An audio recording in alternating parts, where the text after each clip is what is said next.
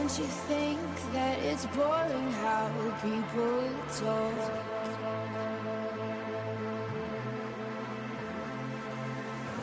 Making smart with their words again. Well, I'm bored. Because I'm doing this for the thrill of it, killing it, never not chasing a million things I want. And I am only as young as the minute is full of it, getting pumped up on the little bright things I want. But I know they'll never own me.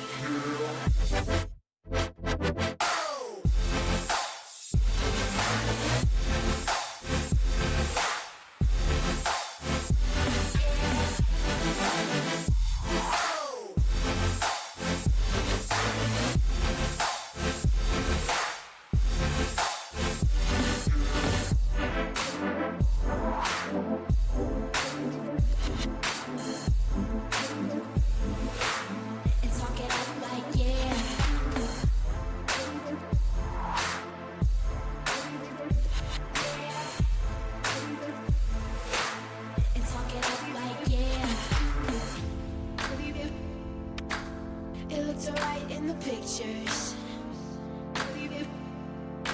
Getting caught half of the trip though, isn't it? I fall apart with all my heart. And you could watch from your window.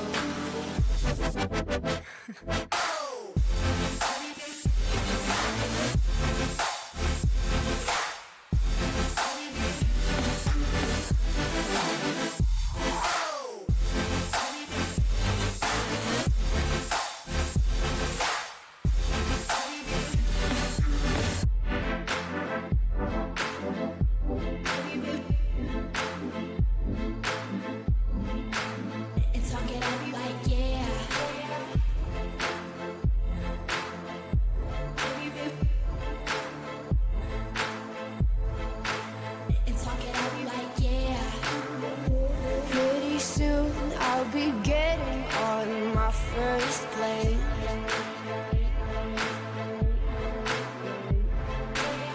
I'll see the veins of my city like they do in space. But my head's filling up fast with the wicked games up in flames. How can I fuck with the fun again when I'm known? And my boys strip me up with their heads again, loving them. Everything's cool when we're all in line for the throne. But I know they'll never own me.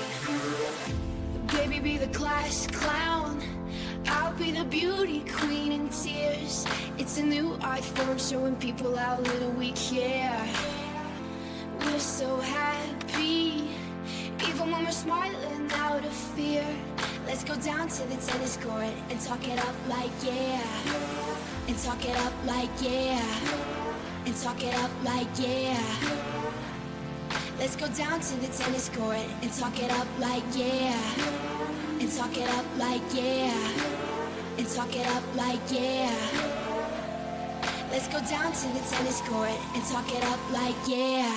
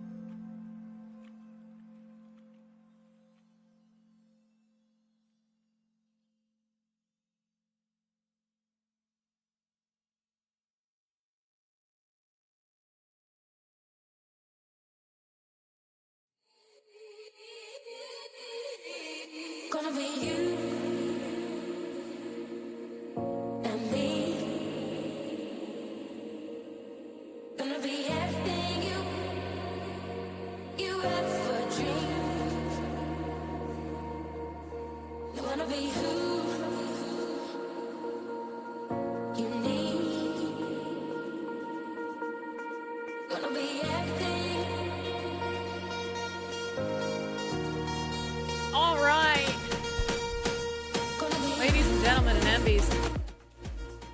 Oh, I got dogs. I got dogs here. We got dogs. We got dogs. Hi, party people. What the hell? Oh. Oh my god, you guys. Oh. Hold on. Wait a sec. We got a party going on. Nice hat. This is Sandwich's very exclusive merch drop. Okay, you can have one pepperoni because you've been a good boy today. My little piranha. My little shack. How are we doing? Happy Saturday, everyone. I am late because it has been a tech day. 2 years woo. 2 years woo, J-Baby. Hey, baby. You want me to blast this? Here we go.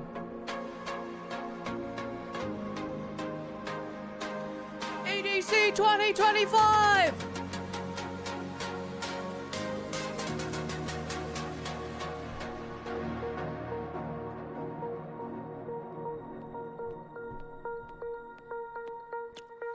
Are you still with me?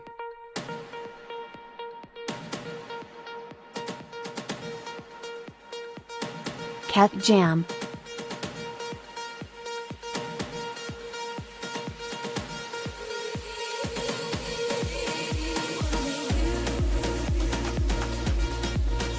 Knock knock, favorite 34 rounds.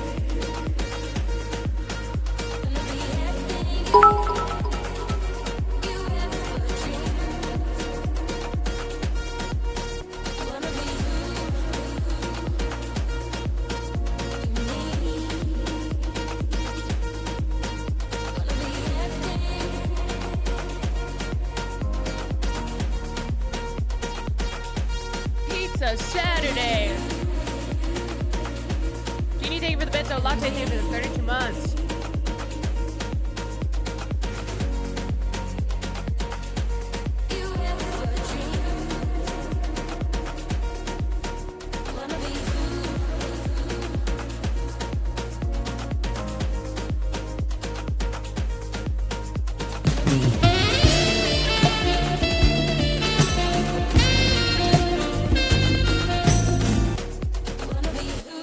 Hydra Stat, thank you for the 5 gifted subs. Woo! All right, everyone. All right. Just a little pizza rave Saturday. Thank you for the level 3 Quantrain. So today has been a day of tech. Obviously, we were supposed to do we had our scheduled fundraiser for today, but Sam's period decided to be homophobic, and she was taken out. So we decided to reschedule until tomorrow. So our big fundraiser, putting the fun in fundraiser, is happening tomorrow. So I was like, oh, why don't we do film class tonight? How about that? How about we do that? Also, I just have to say, if Sam were not here... Whoa! If Sam were not here, Will's stream would not have happened tonight. I need you guys to know that. When I said Sam and I are doing tech, it was Sam doing tech. I just kept going into the room to be like, how's it going? Like doing one of these. How are we doing? Yes. My alerts are loud because I literally cannot control them. They do what they want to do. I tried to explain it to Sam earlier. I was like, I don't know. I don't know anything. I couldn't imagine you doing tech. Okay, first of all, hold on. Hold on a minute. Whoa. Rude. No, I wasn't doing tech today, but I did sit there while it was happening.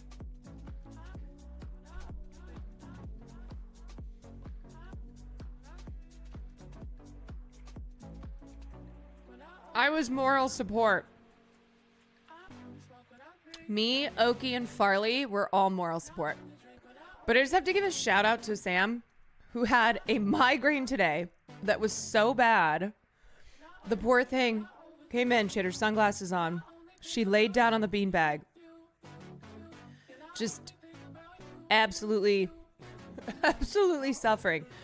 And then she still managed to set up this afternoon. She got all our cameras set up for tomorrow. All the other things she had to get set up. Where's the shirt from? I think it's from... why can't I think about it? Why can't I think? What's the kind of like a hipster place? What is that place called? It's like overpriced hipster. Free People. Thank you. Yeah. Yes, I knew somebody would get it. Pen Pusher, thank you for the 11 months. Dee Dee, thank you for the bits. Hot Topic. Oh my god, I haven't been there in so long. So she got everything set up for tomorrow, and then spent probably 2.5 hours helping Will get his shit set up. So shouts out to women. You know what I'm saying? You know what I mean? Selenite Priestess, thank you for the 2 months. Anyway, how's everyone's night going? Did I see what Emily was doing? I feel like she's always building boats. Where is she going?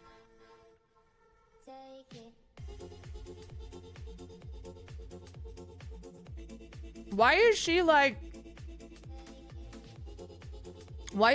Tom Hanks in Castaway? I swear to God, every time I'm kind of scrolling through Twitch to see what's going on, Emily is like in a boat that she has built. Why is this giving Ophelia? Why is this giving that dramatic painting of hold on. Yeah, wait. Why is it giving this?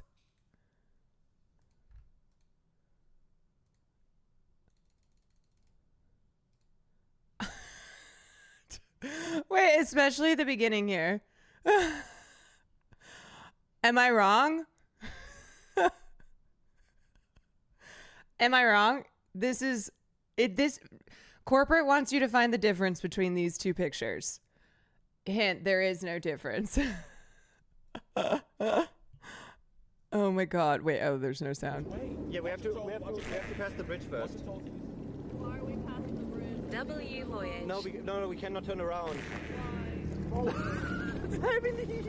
Can you It's giving M. Night Shyamalan's Lady in the Water. rescue that lady on the lake floating on the trash? The rope! Emily! The rope!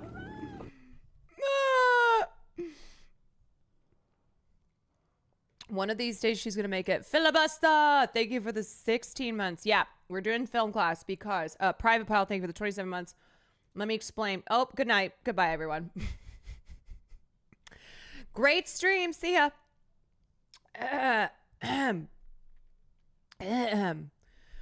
So the reason that we're doing film class tonight is because we were supposed to do a fundraiser for Point of Pride today. But then Sam and I decided we hate the LGBTQ. What are we even doing here? Go and give love. We are foes. Film class on a What are Saturday. we doing? Trying to do a fundraiser. No, that's not what happened. Sam unfortunately got a migraine. So the migraine was being transphobic today. So we're going to tomorrow be doing the fundraiser. So I decided tonight, you know what? I'll go live. We'll have a chill stream.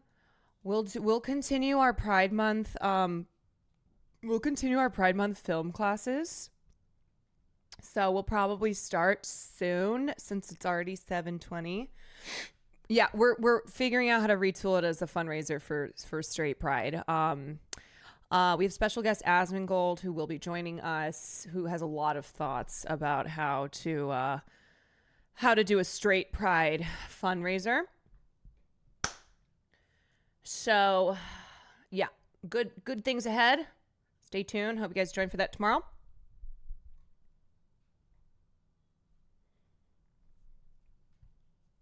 Who's the dude creeping behind you?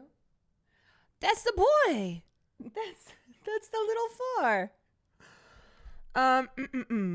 Is the movie from the New York Times list? No, because it is a film from 1992. So it's not on that list, but I do not think it would be on that list otherwise. Even if it were a film in the 21st century, I do not believe it would be on the New York Times best 100 films of the 21st century. Be careful. Do you know what's so funny?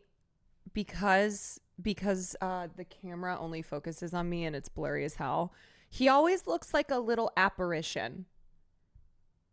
It's giving apparition, you know? I mean, that's Napkin. My cousin Vinny. Hey, guess what, Knocked Ox? We already fucking watched My Cousin Vinny. Where was yous? Where was yous when we was watching it? Free me from this purgatory, please. Please help me. Doesn't he look like a little Victorian child? He's just a little Victorian child. And he's a ghost. He appeared when you said you were an LGBTQ foe. Well, we all know that Farley has the spirit of a 65-year-old grumpy gay man trapped inside of him. Robert Stack Unsolved. Thank you for the 17 months. What is my favorite kind of popcorn? Okay, I'll tell you what I do to popcorn. All right, you ready? So you take popcorn with extra butter. All right, the like movie theater butter popcorn you buy at the store. And then you put cheese on it. You melt cheese onto it, okay? I prefer cheddar cheese, but lots of cheese options. And then we have like this very healthy. We have this ranch thing, like a flavoring that then we put on, and then we put hot sauce on it. And this is frequently our late night snack. No, it's not soggy. No, it's not. Put Cajun seasoning and butter on it. If you ain't putting shit on your popcorn, what are you doing? You are not living. Draka Kid, thank you for the 20 months. Watching my 201-inch AR glasses and Farley still looks like a blob. Yeah. Yeah, that's my little tiny Victorian child. OMG, this sounds wild, but I'd try. It is fire. It's giving Farley. That style of popcorn, I mean, it's Michelin, baby. Okay, that kind of popcorn would cost you like $30 at some fancy little place. All dressed up. Do you melt the cheese? Yes. So you melt the cheese, put it on the popcorn. Boom, boom, boom. Special. We have like a truffle hot sauce. So fucking good. It's so good. So good. Link the Farley photo for the emote. Here you go. What is the cheese melting process? Well, if I'm feeling lazy, I just put it into the microwave. Otherwise doing it on the stovetop with even more butter. The white or black truffle hot sauce. It's actually like, it's red. It's truffle hot sauce, but it's red. But I think it's actually, I don't know. That's a good question. Anyway, everybody, what other news do I have for you guys? That's it. I think there's nothing going on in my life. There's nothing. Hi, Queen, joining late. Well, we're just getting started. We have not even started film class. Oh, I'll tell you what we're watching tonight. How about that? How about that? All right. So, why was Bridesmaids at 32 on that list, not Mean Girls? I was shocked by that too. I was really, really surprised that they left Mean Girls out. Okay, so tonight we're watching a classic. Not just a classic, we're watching a cult classic. And we are watching a cult classic that became as such because of the LGBTQs. All right? Because there is no cult classic without the gays and the theys, and that's how it goes. All right? The LGBTQ community are responsible for making cult classics as such. So we are watching one that was not received well, let's say. Critically, they went, both Siskel and Ebert gave it 2 thumbs down. It didn't lose money, but it didn't really make money, which was a shock because the director of the film had come off 2 massive projects, one of which was a franchise, one of which was actually a film. Wait, actually, hold on a second. We watched both. We watched the franchise and we watched the film that he did the year prior as part of film class. So this will actually be the 3rd film project of this director's that we have seen. Okay. This film came out the year I was born, 1992. 1992. And here's a big clue. It recently was a show on Broadway that was nominated for, I believe, 10 Tonys. Crazily only won 1. Wow, you're still a youngling. Thank you.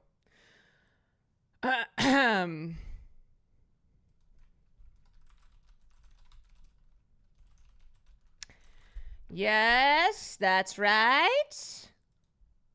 That's right.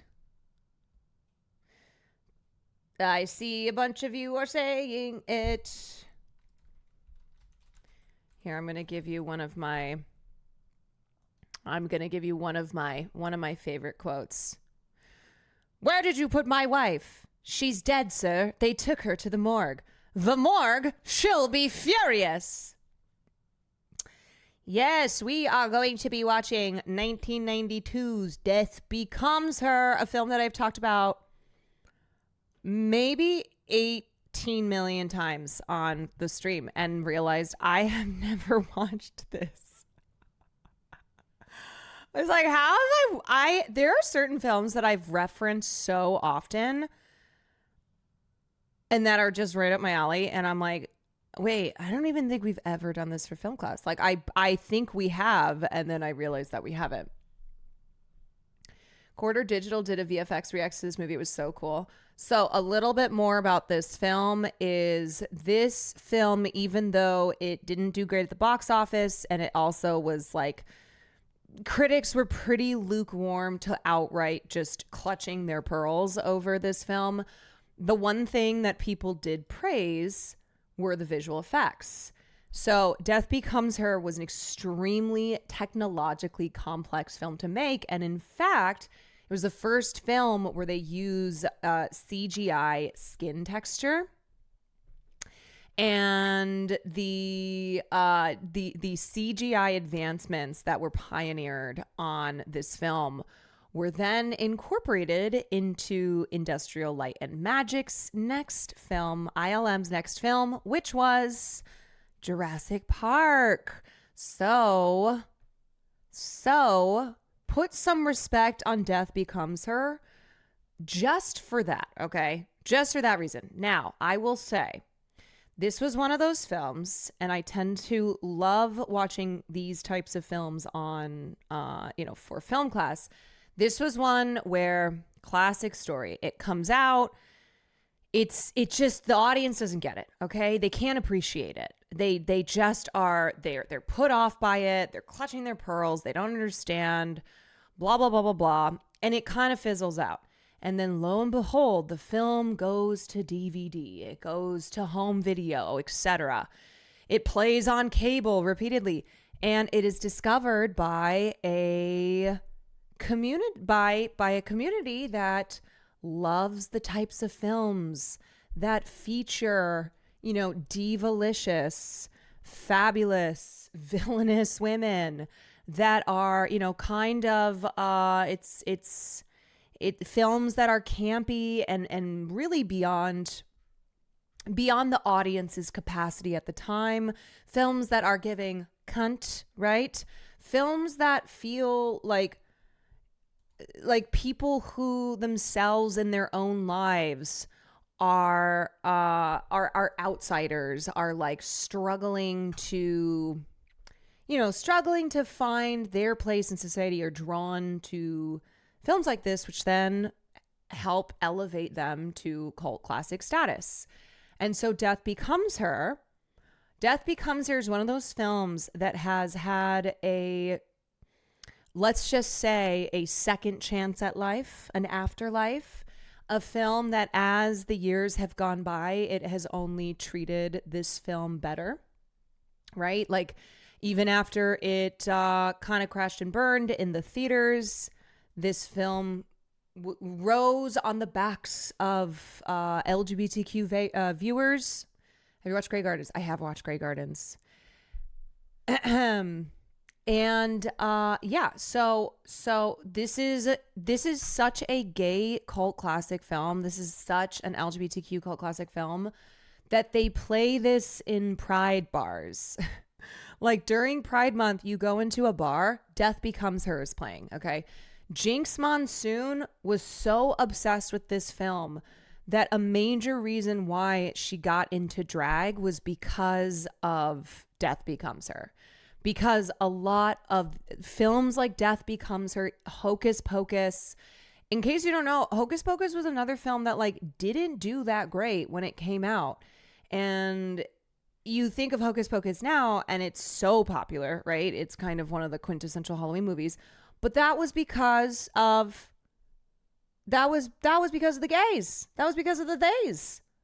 That was because of the drag queens. These types of films, they fucking love. They love. And they like just can't get enough of the just deliciously over the top camp. And so Death Becomes Her was a major inspiration for Jinx Monsoon. They did an entire Death Becomes Her they did a Death Becomes Her competition in RuPaul. What season was it? I don't know. I can't remember. But one season they did a Death Becomes Her themed runway show. So Death Becomes Her is very intermixed with RuPaul's Drag Race. Oh yeah, I saw it again in a drag bar I used to hang out in San Francisco. Yes, and there are like tons of think pieces with this film. Why Death Becomes Her speaks to trans women. How Meryl Streep and Goldie Hawn's film resonated as a cornerstone in the queer community. The gloriously queer afterlife of Death Becomes Her. So what I will say with this film is, look, not all of the humor is, I think, as smart and snappy as it would be today. There's like some parts of it that are, very much so a product of the time. The stage version, so the Broadway version of Death Becomes Her, that was one of the most popular shows this past season, starring Megan Hilty and Jennifer Simard. They definitely updated parts of the story and like the humor, but it is unapologetically for the queer community. Like Death Becomes Her on Broadway, Death Becomes Her the musical, Death Becomes Her, or actually they did Drag Becomes Her. This was a show that Jinx Monsoon and other drag queens put on. And then Drag Becomes Him was the documentary that featured Jinx Monsoon that has a lot of the Death Becomes Her, the inspiration that Death Becomes Her was for Jinx Monsoon. So it's very queer coded. And then like the musical knows that, right? The musical knows who has lifted this film up over the years, who this film speaks to when, heteronormative, when straight people just did not vibe with this film, queer people did. And so the musical very much so caters to their audience. It's very gay. It's very over the top. It's very camp. When look at Isabella Rossellini and like the cast is crazy. Okay. You have Isabella Rossellini, you have Meryl Streep, you have Goldie Hawn. 3 iconic women, iconic actresses who queer people love, cannot get enough of. Isabella Rossellini is truly Madame Huntress in this film. I'm leaving. You're leaving? There's my tech girl. I've been techie all fucking day. I'm not Yo. I'm not putting my face in cam because I was doing Will's tech and I turned his camera on and I saw myself like close up. No, you're beautiful. And I went, ugh. No, you're Gorgina. Oh, natural. Chat, sorry we couldn't do the thing today. I had to lay over the top of a beanbag chair. You did, but that beanbag chair was good to you. It was good to me. Oh, it's good Wait, to I you. look kind of buff in your camera. I know. It's not even like I put a buff filter or anything on. That's just natural. Okay, chill. This is what happens the more time you spend at your computer. Damn. I know. Alright. Okie, come here. Oh, here you are. Come here. Can I have a huckleberry? Can you come here? Up, up, up, up, up, up, up, up, come here. Up, up, up, up, up, up. Oh, yeah. She's gonna want to come all the way Where up. are you going? Hi. You know what? Okie is camp. You're camp. You're a diva. Oh. You're like, where's my camera? Oh, where's her chair? Hold on. Where's my I camera? have to put her in her chair again. What about you, my grumpy gay? Come here. Come here. Come up on my lap. Come uppy. Okay, I guess not. Oh, you guys.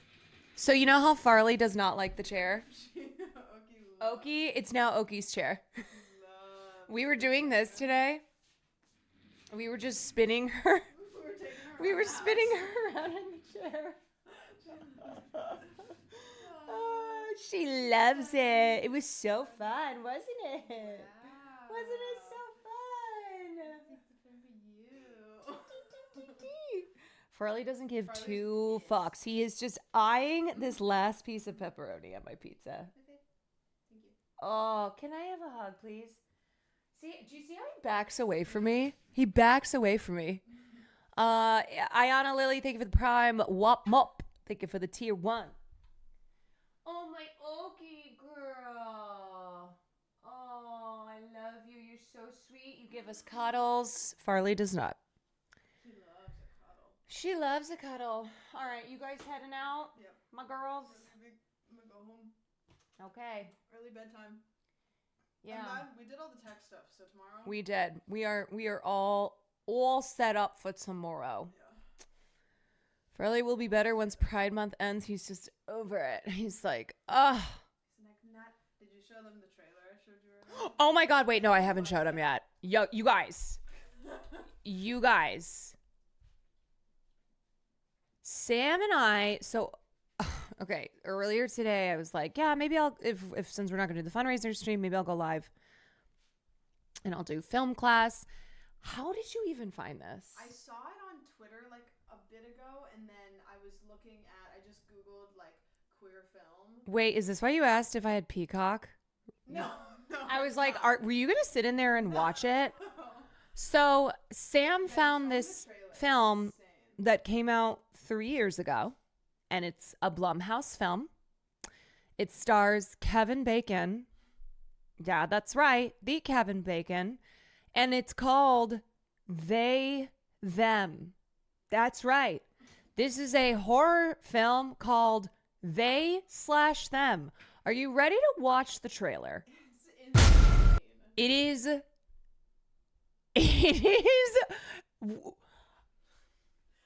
Speechless. Yeah. They/them. Mm-hmm. It's a great day to be alive, isn't it?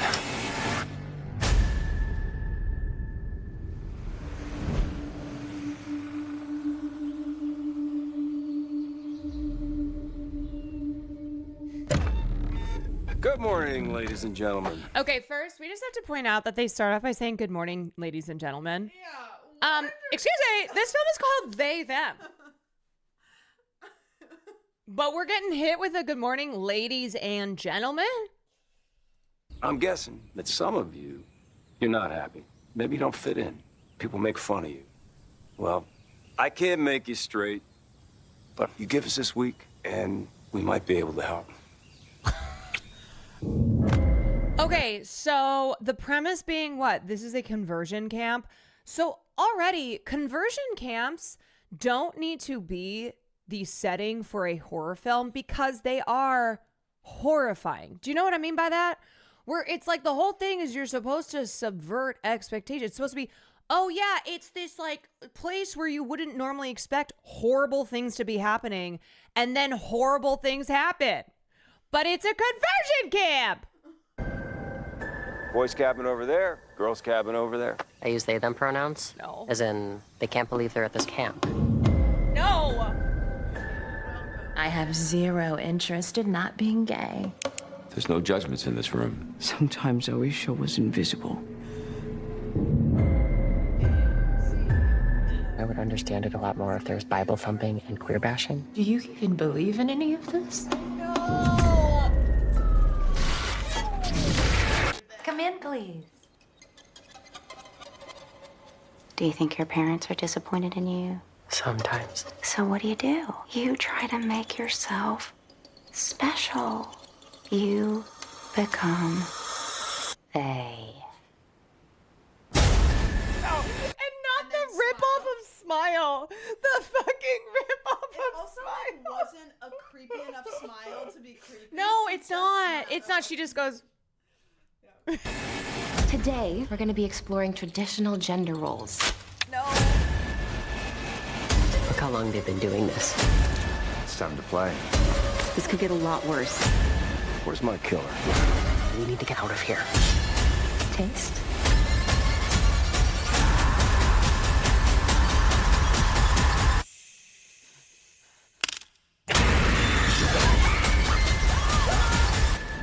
Just enjoy the sunshine and work on your tan.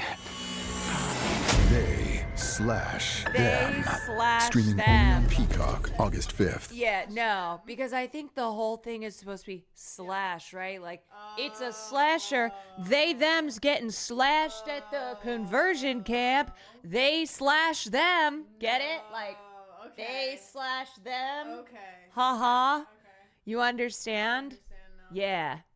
So, Kevin Bacon must be Incredible. needing to pay some bills. Like, incredible. I don't know. I just know that this is a real movie, and I can't believe it is real. And I can't believe I didn't hear about it. Like, why was this not the biggest? because I feel like it's obviously bad, right? It's obviously bad, but I don't think maybe it was Maybe the movie wasn't bad enough. Bad Like, it was eno- bad, but it wasn't like it's campy. bad, but it's like it didn't reach camp status. Which it's like if they wanted this movie to be big, they should have made it worse. This is the kind of movie I would expect Eric Roberts to star in. I'm genuinely shocked that Eric Roberts is not in this. Who knows? Maybe he's the masked killer. Yeah, true. I probably. Never know. Incredible. This is a Gerard Butler-ass film. It's a 33% on Rotten Tomatoes, which that seems a little high, Yeah, just it's a based on the trailer. Yeah. It's a message movie delivered in a trap package. Yeah, what are the See, that's good the reviews? because the thing is that I think the problem with films like this is that you have to go camp. Yeah. You have to go camp, or else It it's literally is just at a gonna camp. not be. It's not even gonna be enjoyable at all. Incredible. Yeah. So, no, we are not gonna be watching this for film class, but I just needed to bring this to your attention. Just need to put this on your radar. Tell the people. All right, me and Oki are leaving. All right, girly pops. Okay, Oki, say bye. Bye. Oki, say bye-bye. Bye, my sweet girl. Goodbye. Okay, bye, chat. See you tomorrow. Bye, everyone. Oh, Goodbye. Here she goes. goodbye. There she goes. Goodbye. Goodbye. Say bye. Say bye. Goodbye.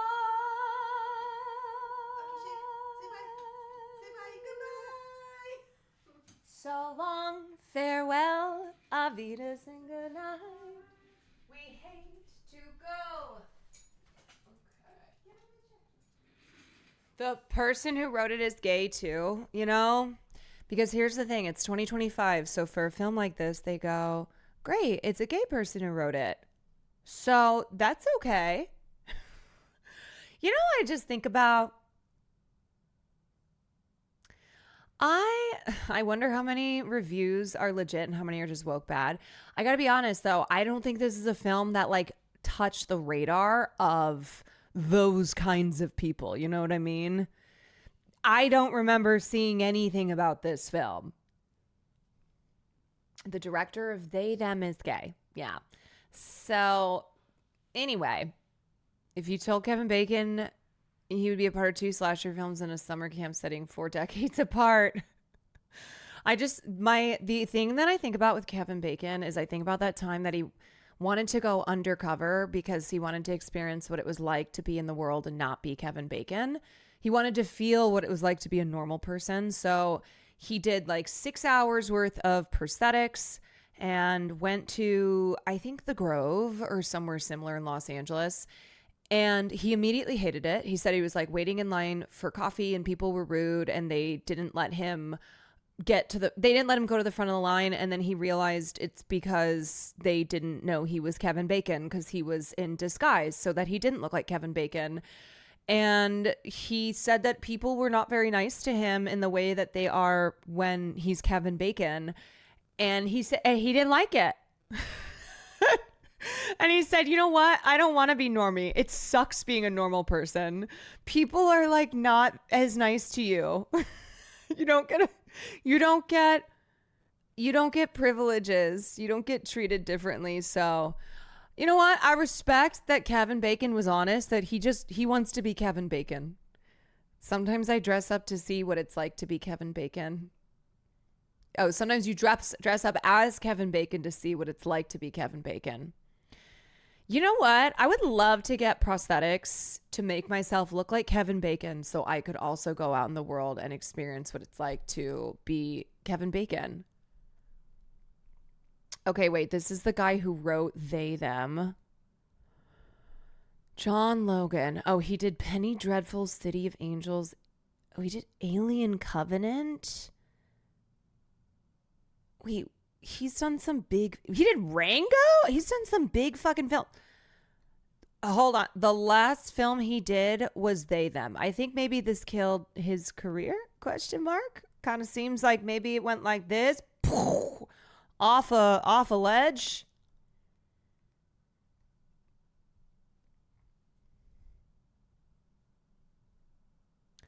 This list is crazy. Wait, what about some shit even came out? Wait, was this a slop film done during the writer's strike? I mean, no, because it came out in the film came out in 2022, and so ostensibly they wrote it. It was written even before then. Okay, wow. Buenas noches. Wait, Cooper Coach is in this. Like, what's crazy is that this has. Anna Chlumsky is in it as well. I mean, I just don't understand. You know what? I also have a personal. I look at films like this. I'm like, okay, Blumhouse. So that's what you guys decided to make. She just walked out. Why? Oh no, both cameras went down. Wait, call her. Can you call her on my cell phone? Yeah. Hold on. Hold on.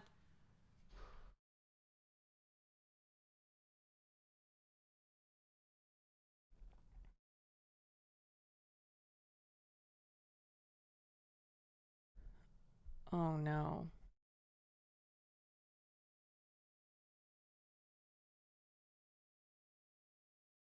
Oh no, she's not answering.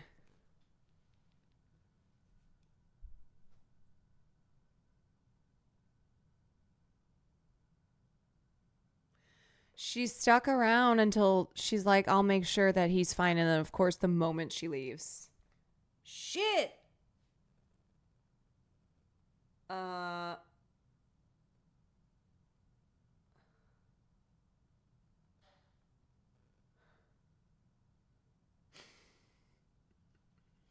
Wait, his stream is back. Wait. He fixed it? Wait, never mind. He fixed it. Okay. Sheesh, oh Pete's. Can you go help your dad make sure that everything is fixed? Make sure it's all figured out. Your dad is stressed out. Okay. He ran in here looking for you. Like, literally. You guys, she had been gone for maybe 30 seconds. Okay. Let me say too that I offer. I know, poor Sam, the person with a migraine having to do all this tech stuff today. I did offer my stream room. I did. I told Will, I said, if you want to take my stream room tonight, then please do, to make sure that you can get this done. And he insisted on doing it in his room, so fingers crossed, because earlier the power blew up. So this has been like an 8-hour prep thing. Earlier, his power in his stream room just exploded. Leftist Andy, thank you for the tier 1. Rico Suave, thank you for the 8 months. Did I forget anybody? Okay. Let me.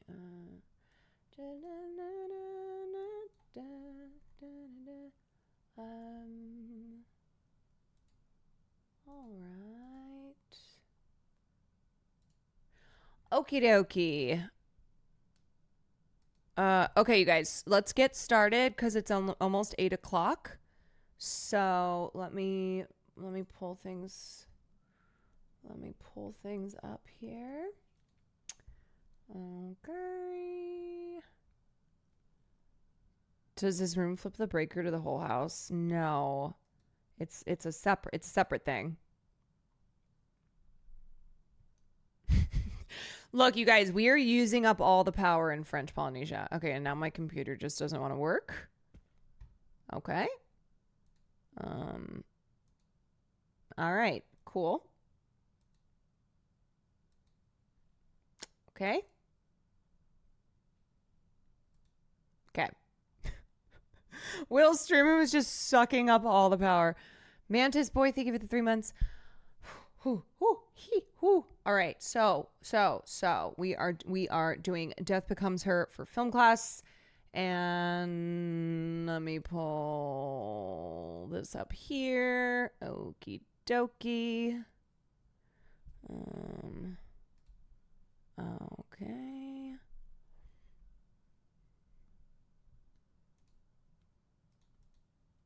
Okay. Okay. All right. This is your chance to go get a snack. Go run to the bathroom. Go get your gayest little fit on. Get cozy. You can't beat my meat for a special treat. Sucking on me is really neat. Don't be a jerk and don't be a fool. Be a good neighbor and follow these rules.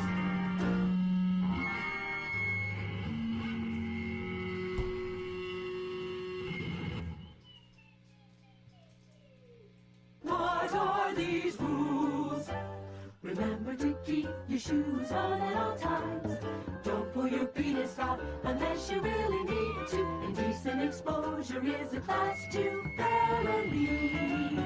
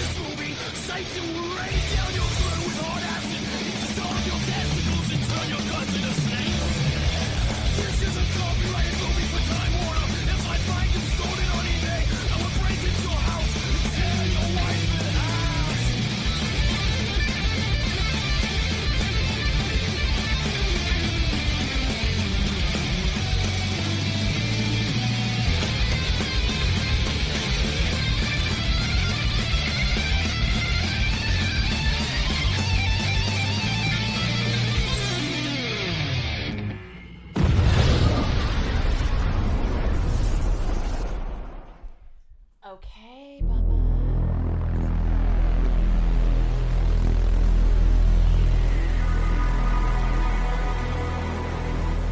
All right. You know what I decided? It's wine o'clock somewhere, am I right? This is the perfect film to just have a glass of red wine, you know? You know? Okay. Alrighty, everybody. So, not to repeat everything that I said before, but this is 1992's Death Becomes Her. It is a it's a black comedy. It is directed by Robert Zemeckis, and this was following the successful franchise of Back to the Future, of course, and then also Who Framed Roger Rabbit. So essentially, he kind of had a blank check, you know, and he wanted to make something that was more out there, like very daring and more mature. And so this initially was written by these two screenwriters, David Koepp and Martin Donovan. They thought this was going to be like a B-list indie, you know, kind of like along the lines of Tales of the Crypt, that kind of project. And then Robert Zemeckis came on board because Universal pitched this to him, and he was like, yeah, I want to make this. And then suddenly it became this massive project, huge budget, big stars. I mean, can you imagine like these two screenwriters thinking, oh, this is just going to be some campy, you know, like a kind of black comedy, fantasy, small little thing. And instead it became this huge film made by one of the biggest directors at the time. And the entire film is shot in Los Angeles. So it's one of the rare, like, actually fully shot in LA. And as I also said, there's some parts of the film where the humor is outdated, like the bits are outdated. The stage version has updated it for a more, modern audience, but it is still it's just very iconic. It's very iconic. It is a queer cult classic. And here we go. All right. Also, the captions are fucked. So.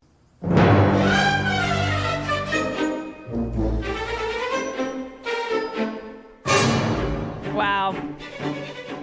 Do you remember where you parked the car? Alrighty, let's talk. Let's chit-chat. Let's talk about the film we just watched, Death Becomes Her. Whoever said is this commentary on Hollywood? This is commentary that is about as subtle as the shotgun blast to Helen's chest. So now you know what I meant by, if you couldn't tell, The Substance, the film that came out last year starring Demi Moore and Margaret Qualley, and is a very, very body horror film. You know what I would say? Death Becomes Her to me is like black comedy with body horror elements. Substance is body horror with black comedy elements. But they deal with similar themes, of course. You have, aging women, the worst crime you can commit when you are a woman, especially a woman who is in who's in an industry and a career where you have a spotlight on you, where beauty and youth are highly prized. So, namely Hollywood. And when this film came out, the reaction to The Substance was what I think the reaction to Death Becomes Her would have been had this film come out at a different time.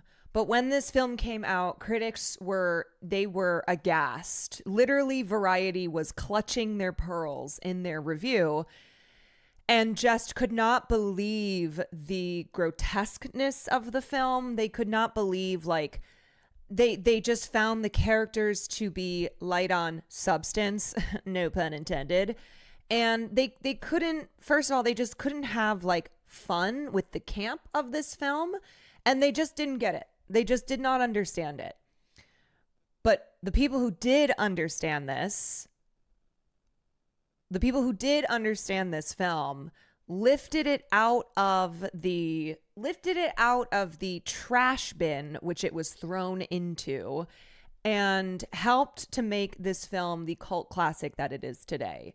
And that is the queer community, who just like with a lot of other, pretty much every cult classic film, maybe caught this on DVD and watched it again and again and again, and just absolutely loved how diabolically how diabolical the film is, how over the top it is, how it's fabulous, it's macabre, it's very dark, but it's very funny, and it's a film that has spoken to a lot of drag queens, including Jinx Monsoon, who I said was deeply inspired to pursue drag because of this film. My sister and I would rent this all the time.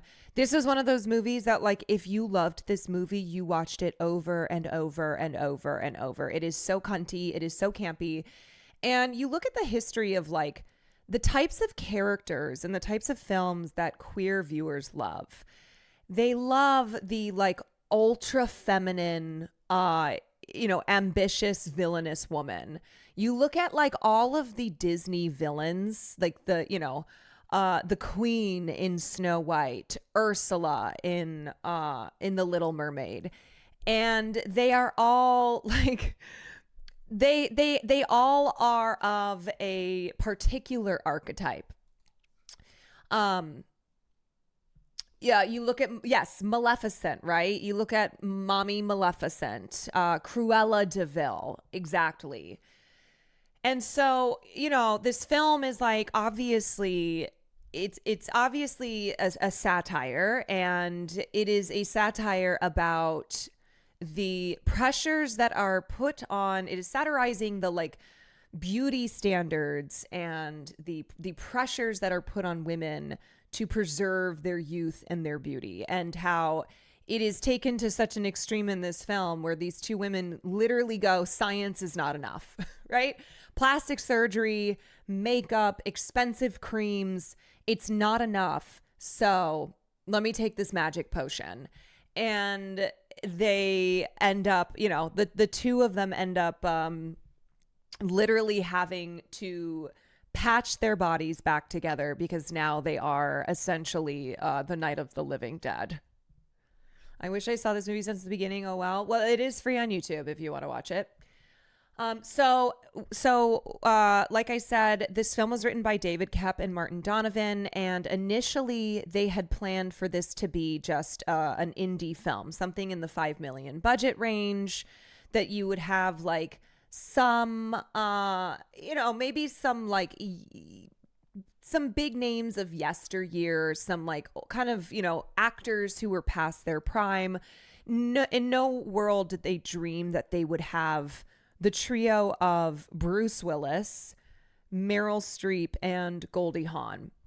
And so when Robert Zemeckis came on board, and this was after the very successful Back to the Future trilogy. This was after, he hadn't finished the trilogy yet. This was after Who Framed Roger Rabbit. Universal gave him a big check and essentially went, do what you want. And this is what he wanted to do. And the film was it was really a pioneer in CGI. So the visual effects of the film, which of course are such a quintessential part of this film, and I think it still really holds up. The scene when Meryl falls down the stairs and it is like a Looney Tunes-esque fall and it takes 10 minutes and then her neck is twisted back. I mean, it's just so great. The shotgun blast through Goldie Hawn's stomach. And even though this film was ignored elsewhere, it did receive the Oscar for Best Visual Effects. Back to the Future 3 did come out in 1990. Okay, so this film came out in 92. So it was after the full trilogy. Was Gump his next film after this? Yes, Forrest Gump was his next film after this. So it's very funny to like look at Robert Zemeckis's work in that decade from like the mid 80s to the 90s. And I think a lot of people forget that he did Death Becomes Her because it's so different from the other films he did. Now you can see like some of the elements of Who Framed Roger Rabbit in this film. Of course, when we see Helen after she's taken the substance, the potion, and she's giving Jessica Rabbit, just the kind of the effects and the comedy of it. But it just is still, it's one of those unique films in his oeuvre. And this is personally one of my favorites of his. He also did Polar Express. Yes. Yes, indeed. So yes, I'll watch this. I actually have a couple of these videos pulled up so we can look at the CGI. But I want to talk more about I want to talk more about like the commentary in the film and like why this film speaks so deeply to queer audiences. And I think it's because this is a film that, look, it is about vanity.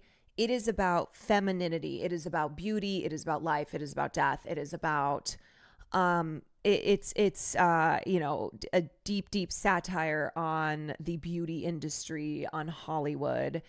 And I think there's a long history of queer people's love of horror, especially monster horror. And there's, we've talked about this before when we watched American Werewolf in London, when we've watched other monster type horror films, and how those types of films speak to queer viewers who almost like see themselves in monster horror films, see themselves in these characters of the Meryl Streep and Goldie Hawn characters, and how this is not just a film that like it's not just a film that is fun and campy and culty, but that there are like the themes here, the themes beneath it all, are very endearing to queer people, like queer people who identify with monster horror films, that like there are these parallels between the way that society is like horrified of these creatures in these films, and how there's all these, you know, transformations in horror films, like especially with the werewolf genre, and you know, this kind of like being outsiders. And so specifically with Death Becomes Her, this issue of ageism, this issue of like trying to attain beauty so that you are acceptable to society. Like I've read a lot from trans women who have written about why they love Death Becomes Her so much, and how Death Becomes Her is a film that spoke to their experience being a trans woman, and like basically being told by other trans women the most important thing that you can do is make sure that you look acceptable, right? Make sure you look beautiful. And I think a lot of times with trans people in general, you know, trans men, trans women, the wanting to be beautiful is something that's like almost like it's just not talked about a lot. It's not something that like trans people, I think, feel that they get to also get to acknowledge is something that they desire. Trans representation in film is still very underrepresented, and most representation in film history is quite bad and quite demonizing of trans people. And I think now like representation kind of seeks to humanize trans people, and yet this experience of like also, you know, being a person who is having to face these very rigid norms in society, and how the more that you pass, the more that you will be accepted. And so therefore, like being able to be pleasing to the standards of your gender as a trans person is very important. And I think, you know, I think there's like there's like this satisfaction with being transgender, where if you know, for like all of the transphobes out there, it's like you can basically say fuck you. The more that you are like, the more like societally beautiful you are, by societal terms, the more it's like a fuck you to these people who are seeking to oppress your rights. Yeah, so it's really like, you know, having this film like giving trans people the space to contemplate like, what does it mean to be trans in society, for trans women, like what it means to be a woman in our culture, and like how trans women and women are having to, they're both coming up against these gender expectations, and the need to like the need for youth and for beauty to like have worth in this world.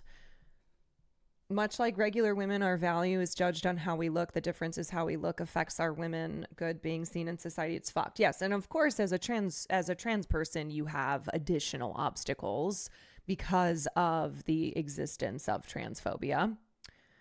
Especially with this being an early 90s movie at that time, really the only way for trans women to be safe and accepted was to pass as much as possible. So that's where the extreme surgery comes in with this movie. Yes. So this film, you know, there is it's dark. Like it gets into the line between beauty and monstrosity, right? Where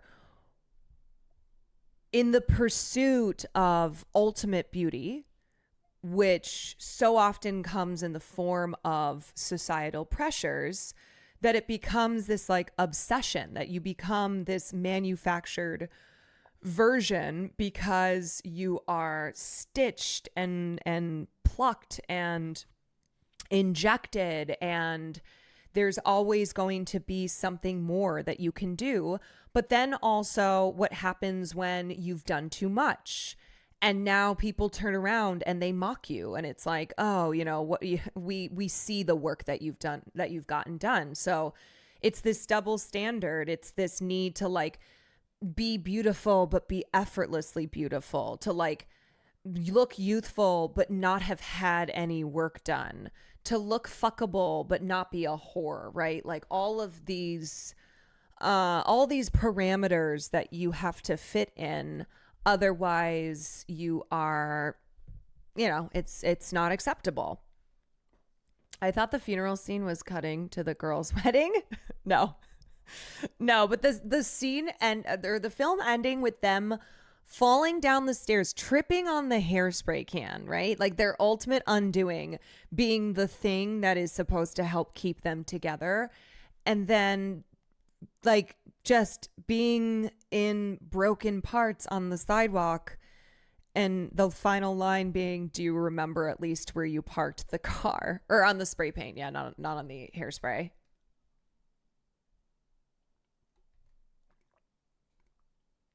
I also really love the way Zemeckis follows the rules of filmmaking. Everything that happens earlier in the film sets up for something else later in the film. Yes, there's a lot of setup in the first half, and then the payoff is in the second half, where you see a lot of these moments from the first half of the film that come back in the second half, except they just have a different meaning now.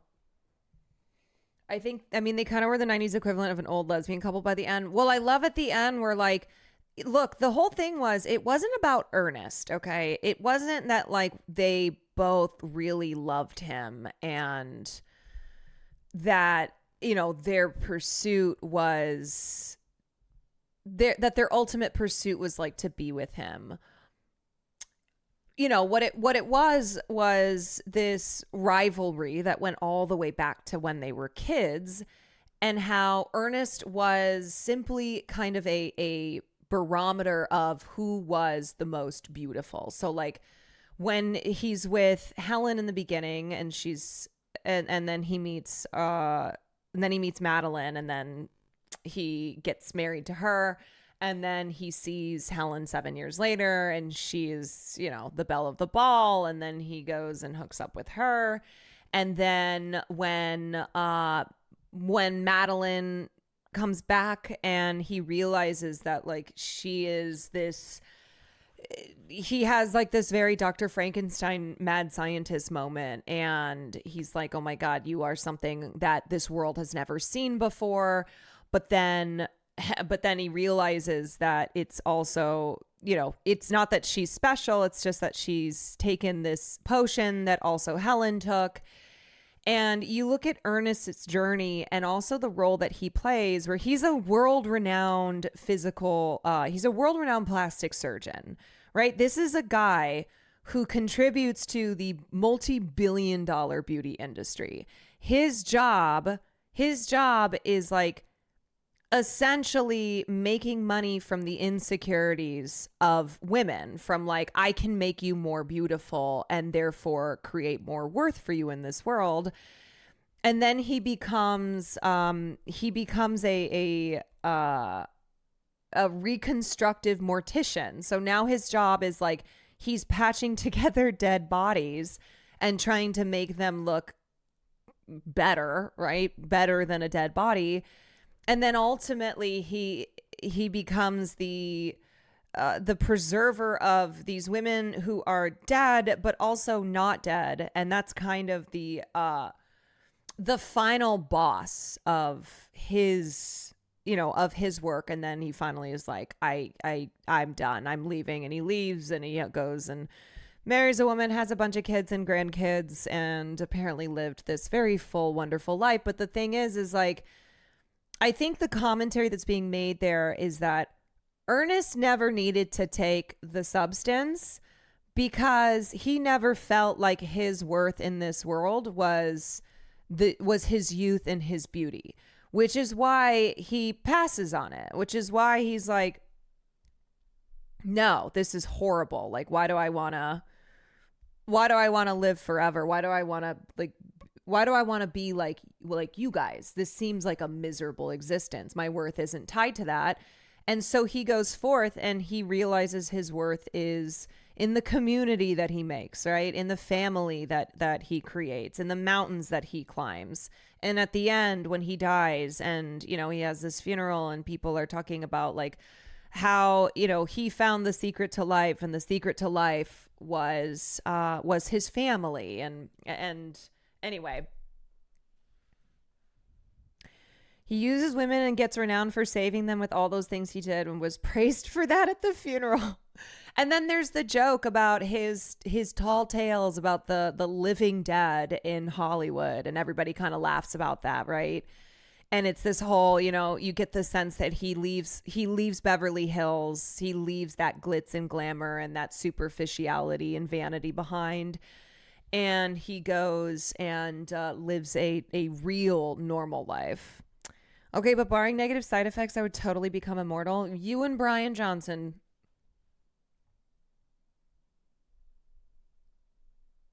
He's so shallow, he doesn't care if a woman tries to kill him as long as tries to kill him as long as they're pretty until the end. Yeah. Yeah, until the end.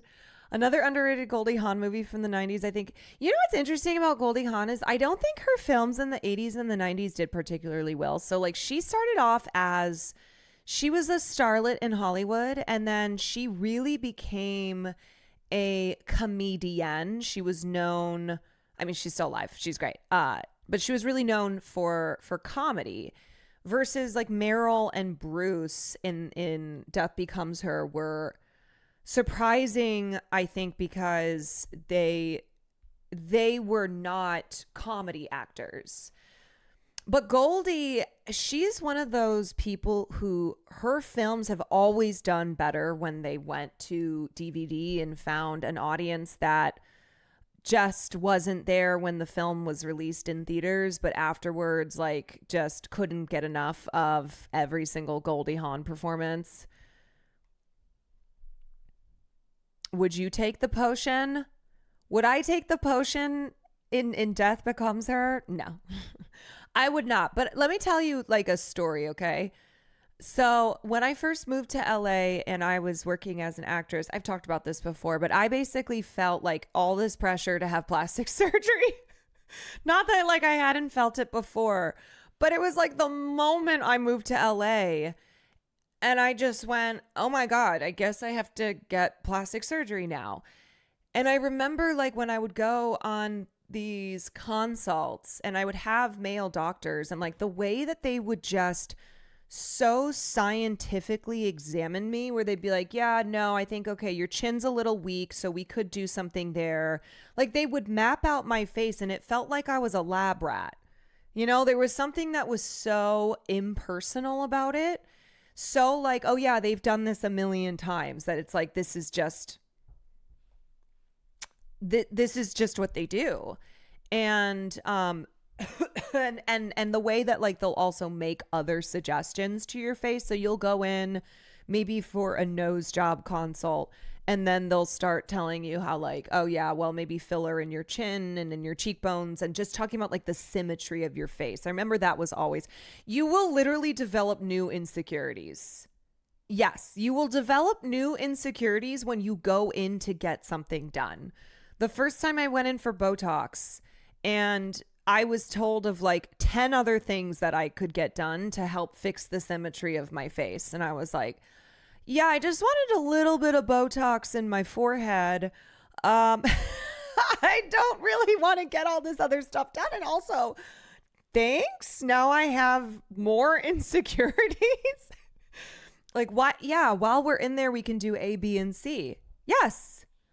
I had a friend who went in to get her boobs done, and the doctor was like, okay, so you want to get your nose done too? And like, basically was like, why don't we let's just knock this all out while you're here. She went, wait, do I need to get my nose done? Anyway, no, you guys, this is not a like, I need comments, please. I'm insecure. I'm relatively a secure person. I have my insecurities like we all do.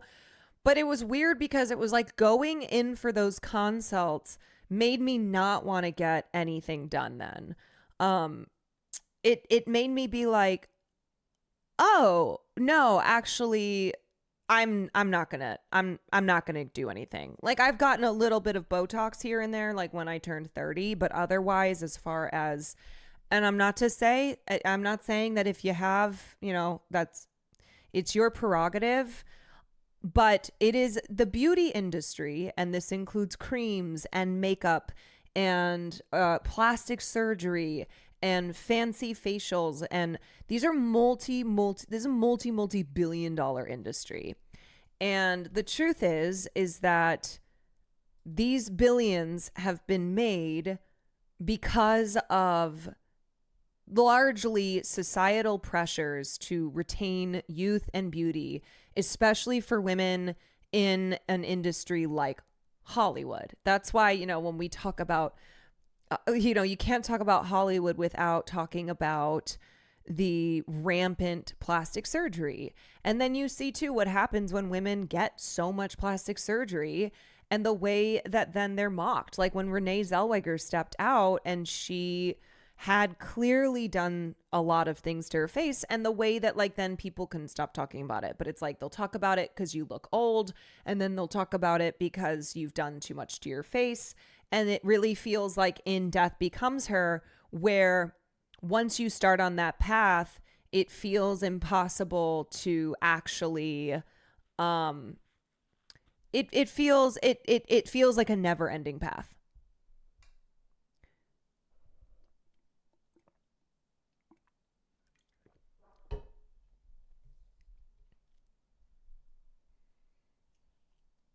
In beauty school, we're taught the perfect beauty ratios when it comes to facial structures and made us all apply the ratio to ourselves to determine our own levels of beauty and compare to other students and what the perfect face is. Yeah, the golden ratio. It was so shell-shocking, them trying to force one type of beauty to tell us to reiterate to the masses. Oh, you're like, this doesn't seem good. This doesn't seem good. And look, I mean, youth and beauty are extremely prized in our society, and the pressures are especially high when you are a woman. And you look at Hollywood, and often we talk about how men are allowed to age, but women are not, right? Where a man, gets called a silver fox, where there is no age limit to him being to him like getting to play a romantic lead. That like you have plenty of older male actors who have female co-stars that they're romantically involved with in a film is like their romantic counter lead who's half of their age, right? And just like when you look at the language that's used in, in like the Hollywood trades, in the magazines that cover all things Hollywood, and the way that men are described versus women. And for women, there like two things that will kill your career: having children and getting older. And a lot of times actresses will try to wait as long as they can to have a kid, or like, do whatever they can to preserve their career for as long as they are able to.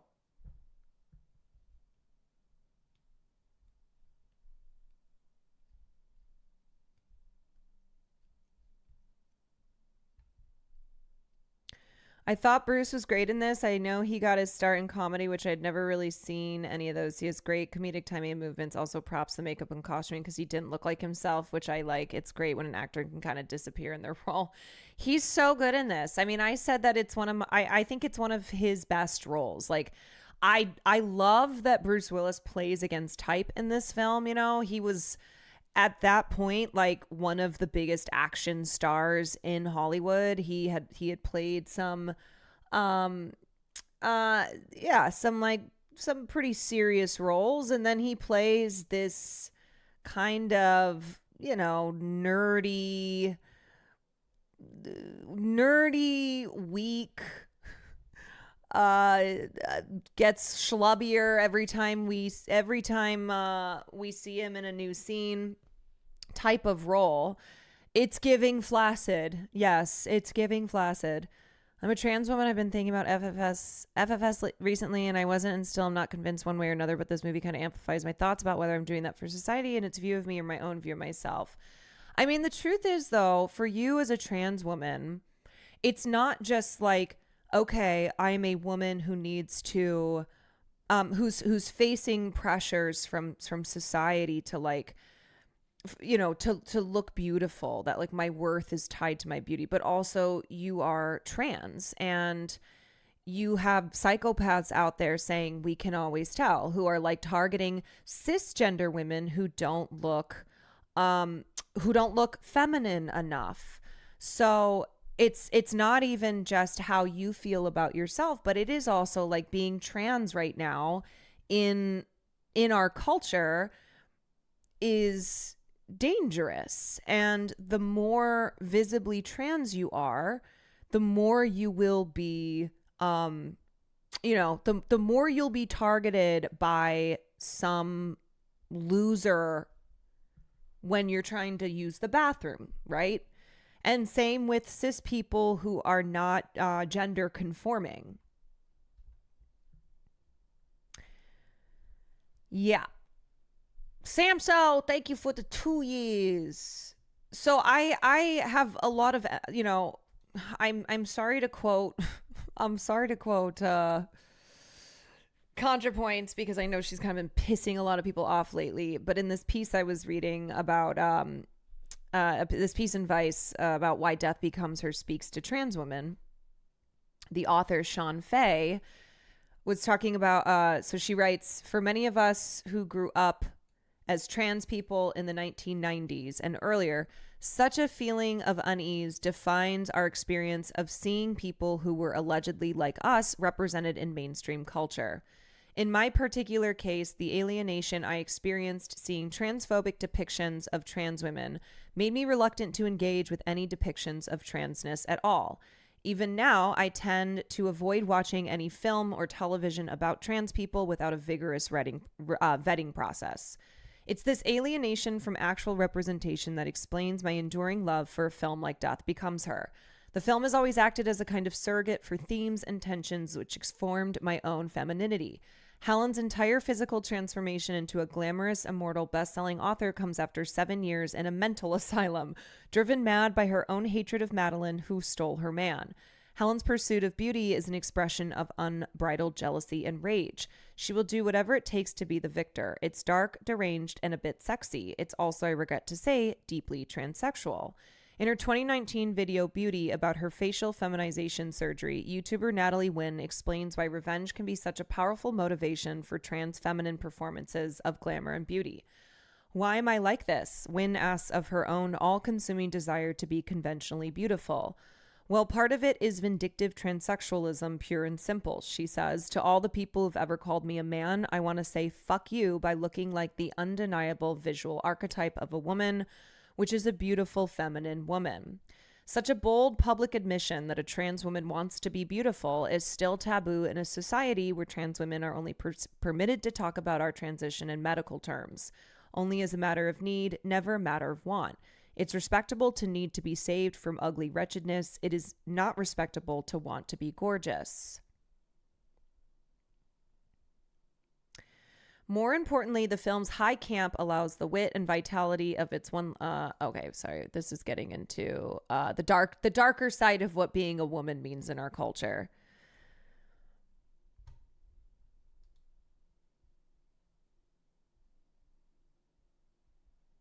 Death Becomes Her is so delightful precisely because it's about the seams and sutures of womanhood. Womanhood is, after all, continuously dissected by and for a culture that is fame-hungry and youth-obsessed.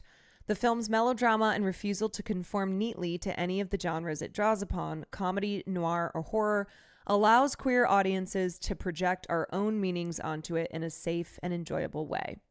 Death Becomes Her lets us laugh at it, ourselves, and at a society which tells us that women should be beautiful but without trying, that we should be fuckable but not want to be fucked, and that if one is to be a woman, one should never be a man-made synthetic one. Thanks to Goldie Hawn and Meryl Streep, being unnatural has never looked so fun.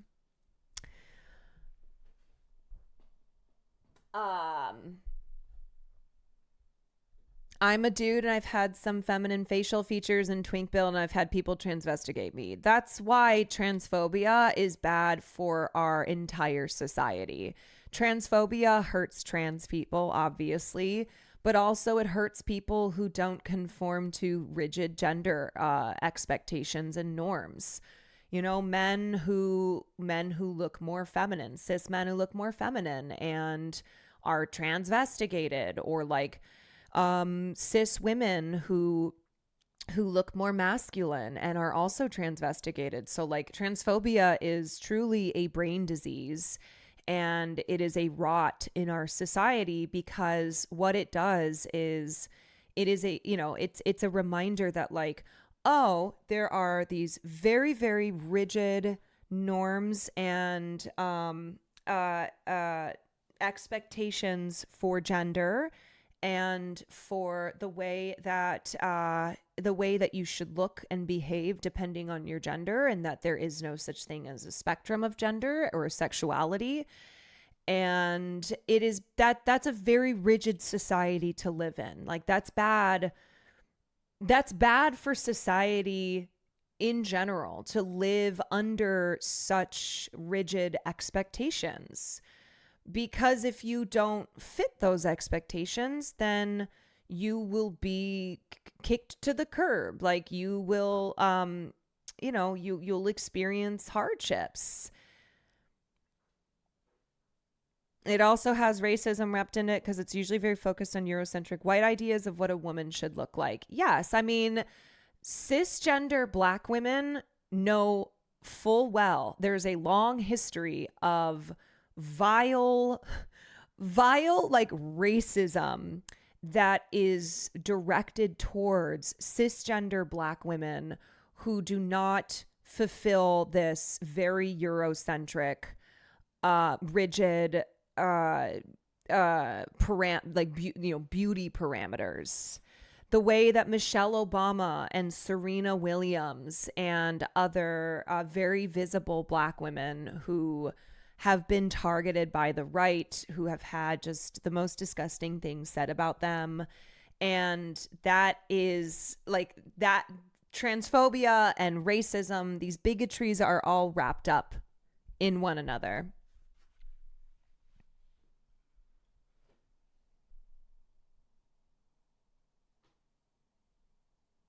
I'm a straight cis dude and I've been called the F slur but never transvestigated, so I can't relate to this convo at all, but I love my trans and queer homies.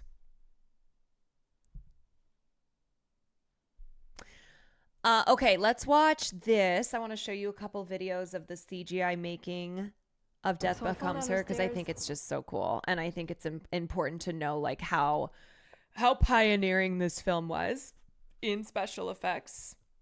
And I break my neck in several places and my head is on backwards, but I'm still alive. Also, one of my favorite things Meryl said is that I can't remember what film she was doing press for, but basically they asked her about Death Becomes Her and how Death Becomes Her is like a staple in the queer community, and she went, "Oh, that's not surprising at all. Like I knew this film. I knew this film with its camp and it's just, being very over the top and and fabulous would find its home in the right home. You pushed me down the stairs. And cut. Hands cut. And that was the fun part, was sort of doing that scene. Shooting special effects with cutting-edge technology provided unique challenges for Zemeckis and his cast and crew. Meryl with her head twisted backwards was difficult because it had never been done. And whenever you do something that's never been done, you're thank never you for the 22 months. if it's going to work. And Bob always has a way of creating visuals that are almost impossible to do. So you have to push the techniques as far as are available and then a little bit beyond that. The way the shots are constructed for the most part are shooting her body first. Then we shoot a blue screen head of Meryl, duplicating a lot of the action and lighting changes that are going on. And then that's plotted using computer graphics. We match move her head frame by frame onto the body, which is all twisted around like a corkscrew. And it looks like it's all connected as one horrible, nightmarish piece. What's wrong with me? It's a dislocated neck. That's what it is. That was wild because we had to come in on one day and shoot the scene. It happened to be the day my mother was visiting the set. So I was trying to explain this to her. She said, "Why the hell do you have a bag over your head? I come to watch you, they pay you all this money, you're acting with a bag over your head." And I said, "Well, Bob says it will all go together." Now, in the shot, the cue light's going to go on. All you do is quickly run onto your mark here and start making this move. We're really doing something that literally has never been done before, and we're using technology that's never been used, computer graphics. That is amazing. And pushing it to a level that's never been seen before. And that's really exciting. Also, I want to show you guys this video because I want you to see just like how much fun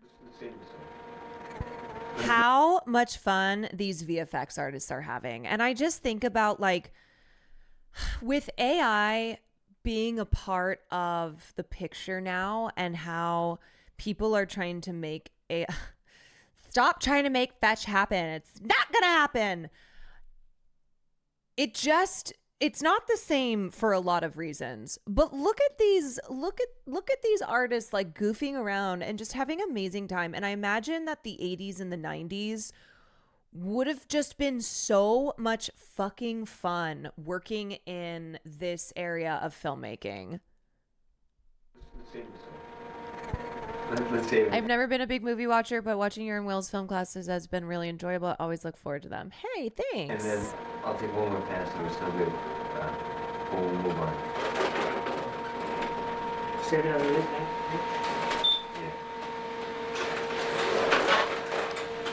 Yeah, it's gonna. Oh, it's gonna be a camera. Like, how do we should do it figure when we get it out right. using technology but being guided by our human creativity?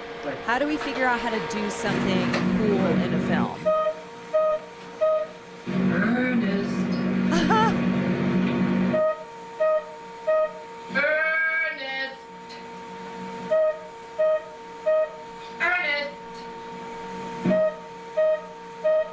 You pushed me down the stairs. You pushed me down the stairs!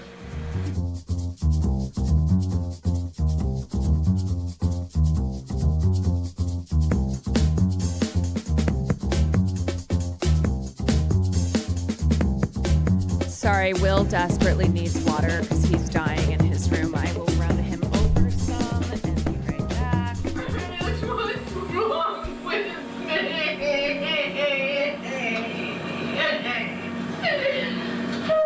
Lots of snow.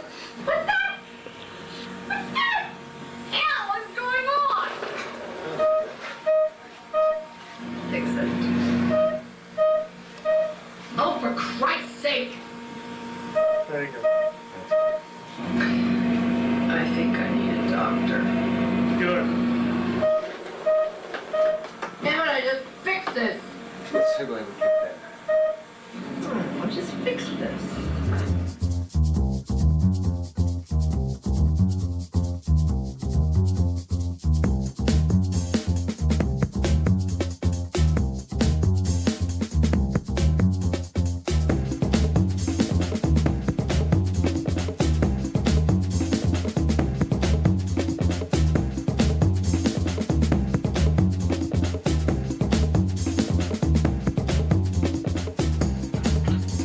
seemed like when you were just like jamming real fast on it, it had more of a push. That was full max.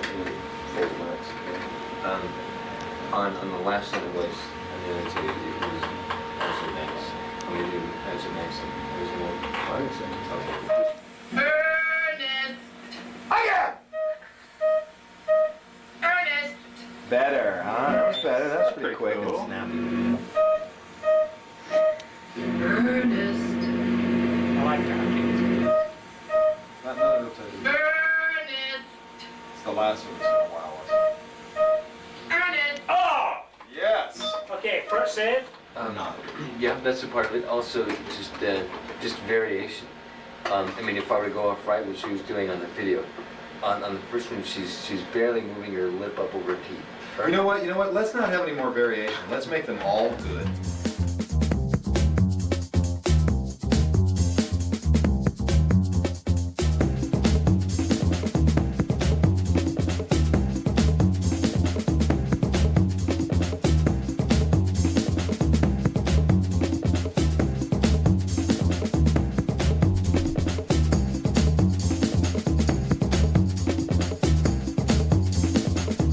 Like, look at what goofy goobers they are. Look at how much fun they're having creating the effects for this film. Like, you know what I mean?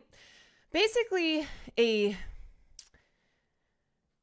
question would be posed. How do we do this? You know, can we do this effect where Meryl Streep's head twists backwards and then she twists it back around? Like, and how do we do that?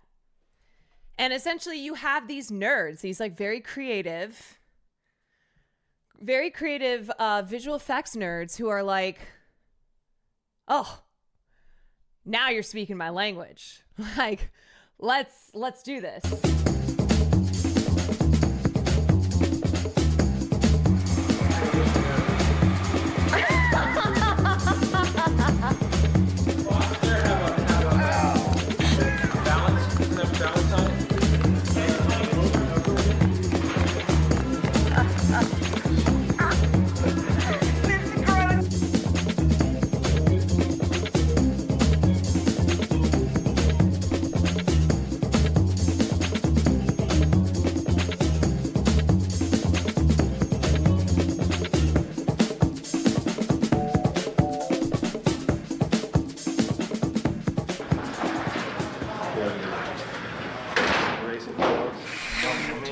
Except for Norman. I forgot mine. I brought him to the shop and everything. I forgot. I'll put the wires in. There you go. Little room.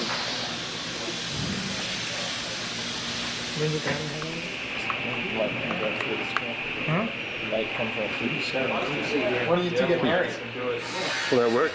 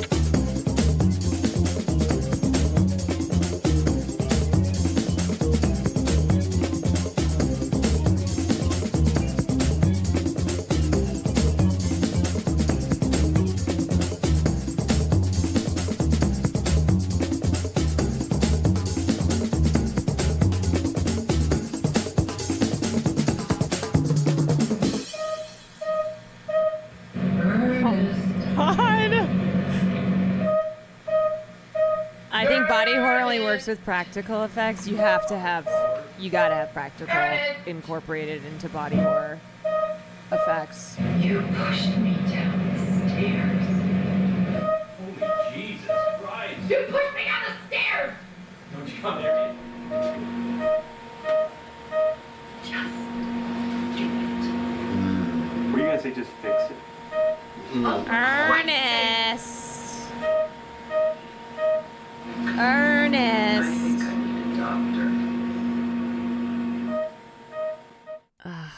So good. It's just awesome. What else can I say? You know what, too? I love Helen and Madeline. I love them because they're villains, but they're like anti-heroines. And we get them, and we're also like rooting for them too. You know, we're rooting for them, and we get that like they are very ambitious in their pursuit, but also recognizing that ambition is because they feel like, well, what other choice do I have? Right? Like, this is what you wanted from me. You know, the scene where her lover, her young lover, is with a young, you know, somebody his age, and he's like, do you know what people say about us? Do you know, like, you know, that's a real moment right there where he's like, you are lucky that I was having sex with you because you're old. And that's gross.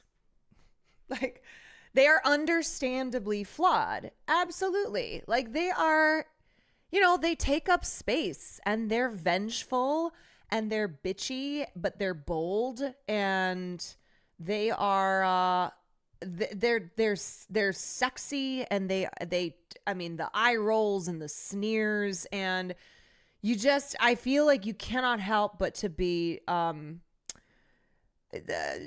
to look at them and be like, they're icons. those are icons. All right, Josh, I'm gonna have to time you out, bud. I'm gonna have to time you out because the vibes are kind of being brought down a little bit. I don't know what you're talking about, and it's getting a little bit distracting. Okay, so either you gotta pull it together. You got to pull together, or I'm going to have to time you out. Okay. Yeah. They shot the boob lift by having someone behind her lips. They couldn't get the animatronics or the balloons to look right, so they went the old-fashioned way. Sometimes you got to go the old-fashioned way. You do. Drag Race is inspired. Death becomes her runway. Yes, thank you. I wanted to watch this. I mean, from the moment the film opens up, you're like, yeah, I'm sad. This is cunty. Okay? This is like... Violet Chachki. This is camp. Oh my god. I'm numb. Okay, let me see if this is not going to be 144p. Okay, let me get some higher pixels there. Hold on a second. Hold on. There we go. From the waist down, tuck included. I really could die, bitch. I'm giving you realness. She's got a smaller waist than Barbie. Oh, don't sneeze, honey. It's all Oh gonna my pop. god. Amazing. Work. Now, sissy that wow. Okay, you know what we also need to look at? We need to look at Jinx Monsoon Drag Becomes Her. Let's see if we can see a couple clips from the show that they did. But I would not go to Peaches for the true story. It is the true story. I'd go for the elevated, like, you know, the more entertaining version of the story for sure, but not the true story. I am a good storyteller. Jinx, how does it feel to be the queen of all queens? Oh, well, that feels fine, darling. Oh. Wow. Gotta have my iced coffee. Ooh-wee, wow. I really do like this hair. It's really good. It's good. It's good. Here's Ernest. It's great. Darling. That's not a Here, good. take this back. All right. Okay, let me see if I can find another. I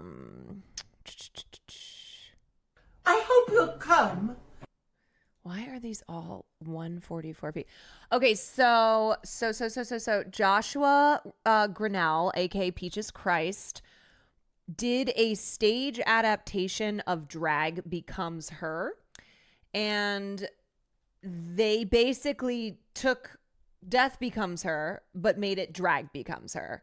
And they have done this with other films and other iconic pieces of media where they do like the drag version of it.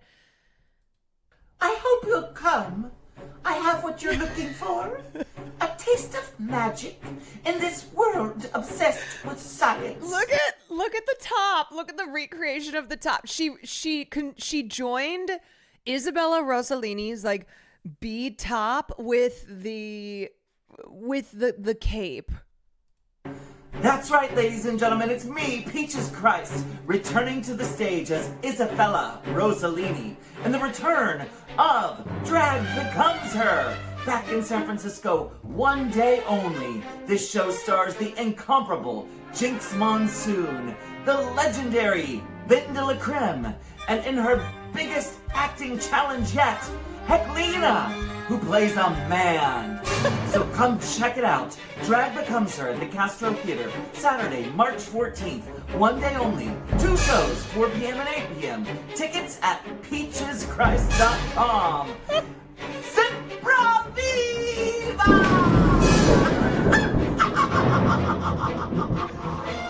It's amazing. My apologies if this is too much to ask, but are you Whispers queer or just an ally? I'm just an ally, but also I'm a theater kid. So a lot of these films that I've shown on film class night, Death Becomes Her, Birdcage, Elvira, Mistress of the Dark, like these were films that I, as a theater kid who also loves horror, I just, these are staples in my filmography. Like, I just love these films so much. And I love to show these kinds of films here during film class. And also, I am an ally, you guys. Okay, I'm raising my hand and saying I am an ally. No, I just, look, I know I have limitations of like speaking on the, the experiences of being a queer person in this country. So I'm always aware that like I am speaking from the, like what I have learned reading and listening to queer people talk about film and talk about like why monster horror films have always spoken to queer people and like to the queer experience. And so these are all things that, like, when I talk about the social context of films, I always like to make sure to mention, because a film is not just like what you're watching on the screen, but it also lives in the context with which it was created in, like what was happening in society, and like why does this film have such an important place in film history. You speak eloquently, cis straight theater ally girly. Thank you. Carolina, I don't know what the standards are for being an ally in LA, but you are miles beyond any straight person I know. Well, thanks. I try. I mean, I really, like I said, I love these movies, and I love these movies for the reasons I love these movies, but I also always love to mention, these films and why they're so important to, marginalized film audiences, like how queer viewers have frequently uplifted some of my favorite films and made them cult classics, that like there are films that I probably maybe wouldn't have seen if they had not been obsessed over and lifted up by queer people. But this community is also very queer. Yes, like half of my mods are lesbians. We have the lesbian mod team. I like to say, come one, come all. Okay, this is mother's home for queer people. I'll never be sober. Thank you for the 2 months, darling. After all, the mother of horror was queer. Horror is queer at its roots. Everyone say thank you, Mary Shelley. That's right. Horror has a long queer history. I mean, you know, you look at Vampirella, you look at Elvira, you look at all of these queens throughout history, throughout horror history, and it's like, man, I just have to say, like, thank God for queer people, and thank God for queer art, because it's so fun, and there's so much amazing, I love camp. I love things that are over the top, that are, you know, that speak to my little theater kid heart. Let me see if there's anything else from Drag Becomes Her. And then this was the Drag Becomes Him was a documentary that was done on Jinx Monsoon.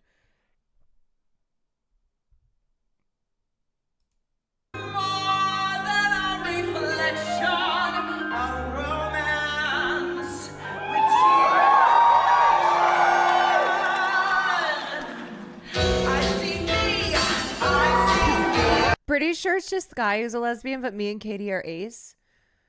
Why did I think that we had...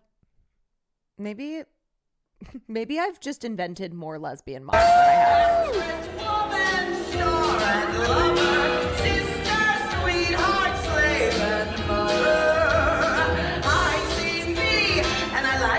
There's been a silence.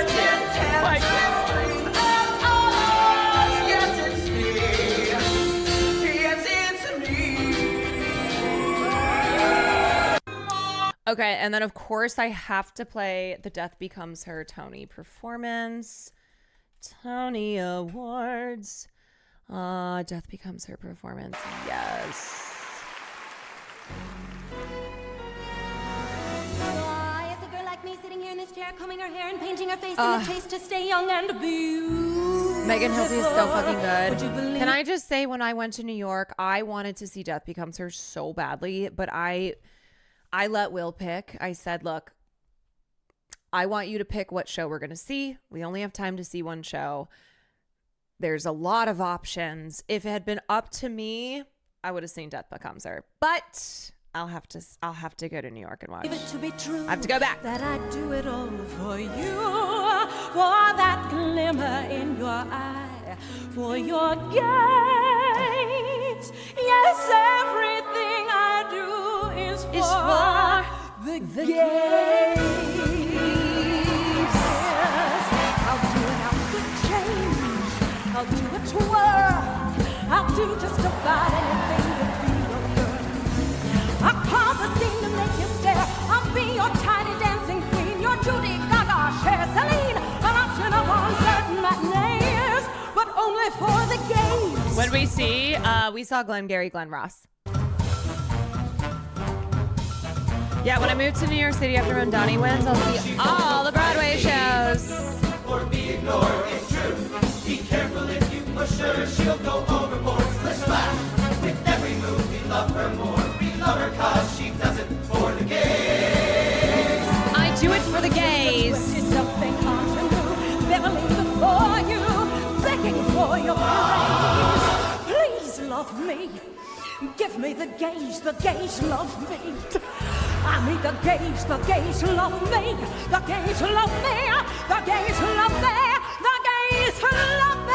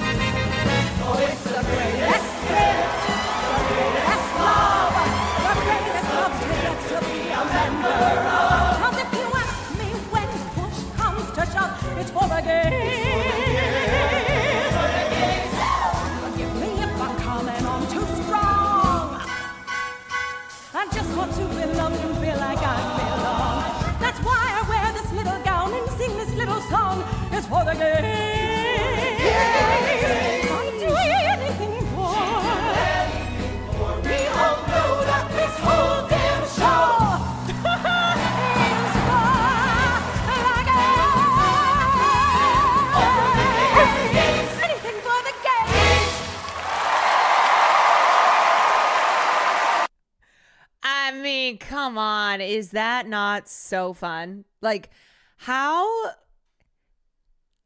can you hate queer people and queer art and queer culture when it's like, man, you're fucking boring, okay? Do you know how boring life is without queer culture, without things being gay?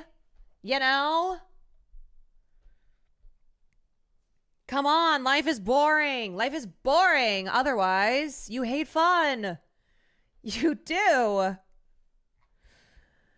Can we watch the first time Jinx Monsoon showed she's a motherfucking theater performer? Wait, I found a long TikTok. The drag becomes her performance. Okay, wait, let me watch this one first. Jinx Monsoon and Ben De La Creme fight scene and drag becomes her. Oh my god, yes. It is true.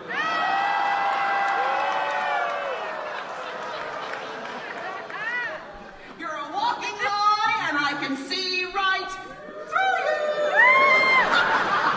You know what's funny too is like the audiences being so confounded by these major Hollywood actresses playing these very like, grotesque, devious, absurd villains.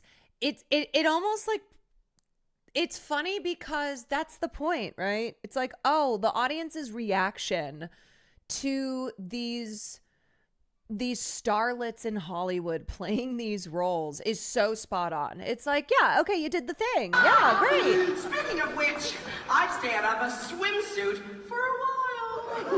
Well, at least a two-piece. At least now that extremely expensive industrial strength corset you're so fond of is entirely unnecessary.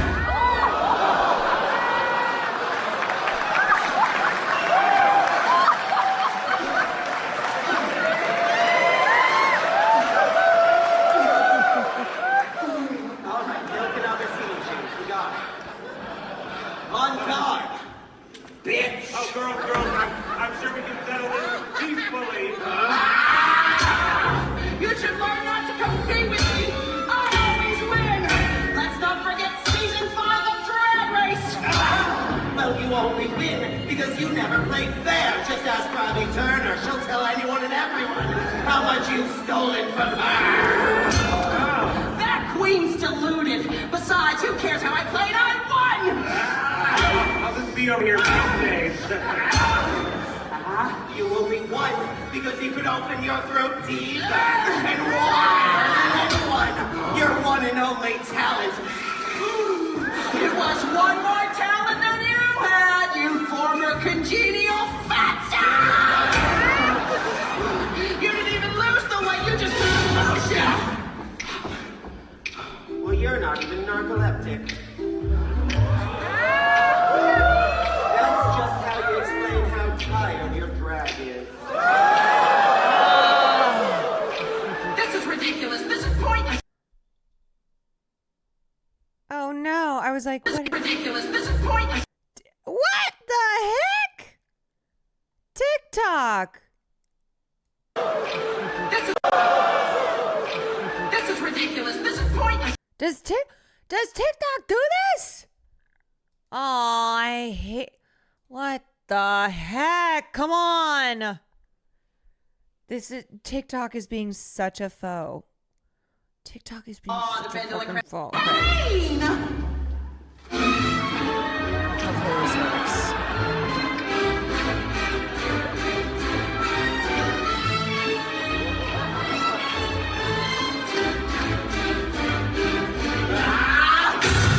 Pain!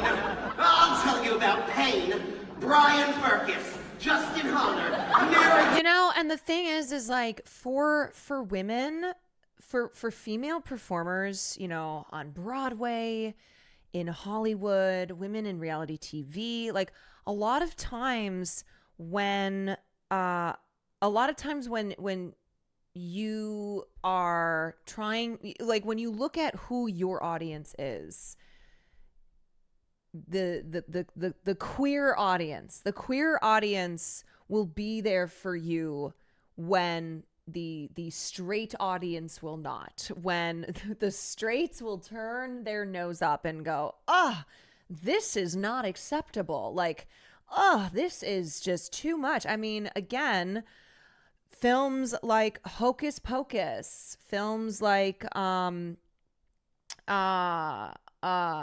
what's the one that I was thinking of? What's the lesbian cheerleader film? But I'm a Cheerleader. Yes, But I'm a Cheerleader. Like these very fun, campy, cult films from the 80s and 90s.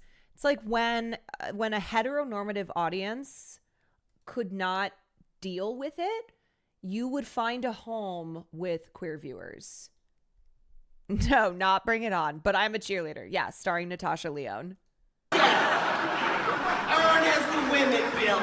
That's pain. I loved each and every one of them, and they loved me, and I will not speak to you until you put your hand Bro, and that's why when Amaranth did her little right-wing turn and was saying shit like, yeah, these queer activists, these trans activists should burn in the LA fires, understandably, a lot of people were upset, myself included, and a lot of people who were upset were queer fans, viewers, who had like defended and supported her for years. Amaranth, who as a sex worker had, of course, you know, dealt with just the most disgusting men. And yet when it came down to it, who does she throw under the bus? And the bus being a very fiery bus? Queer people. Yeah, like when she just decided to do her little right-wing grift and say disgusting things about trans activists, and it's like, man, what the fuck are you doing? What are you, who do you think really supports you? Okay, really. straight. And you'll notice she lost a lot of fans, and she lost a lot of fans who are, either queer or, of course, if they're not queer, were just disgusted by her statements. They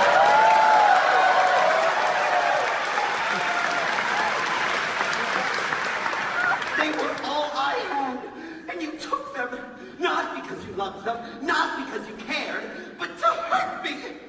You hurt me on purpose. That is not true. Liar! Besides, you were the one who attacked me first.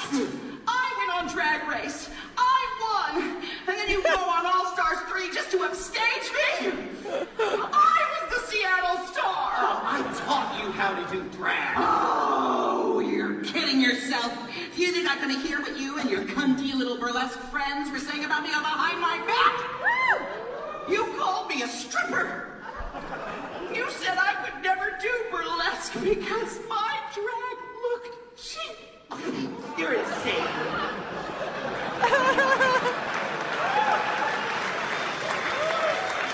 Then how come you never once invited me to one of those fancy parties at your drag mom's house? We just didn't think you'd feel comfortable. I mean, we always thought that your drag was more that trailer park Oasis mother type of drag. Stop that. I'm trying. And we weren't accustomed to having, trash in the house. You look me in the eye and admit it. You thought my drag was cheap.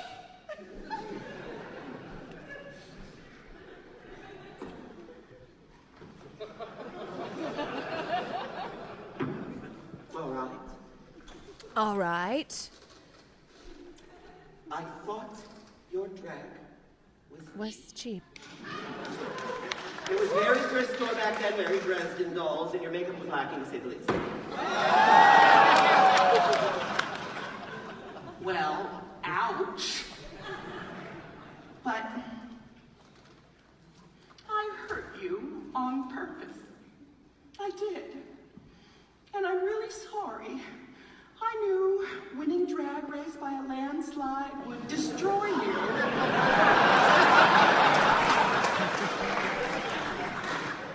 And I did it anyway. Did I miss film night? This is film night right now. The landslide's a little much, but As is destroyed. But I'm sorry too. How's your head? I haven't had any complaints lately.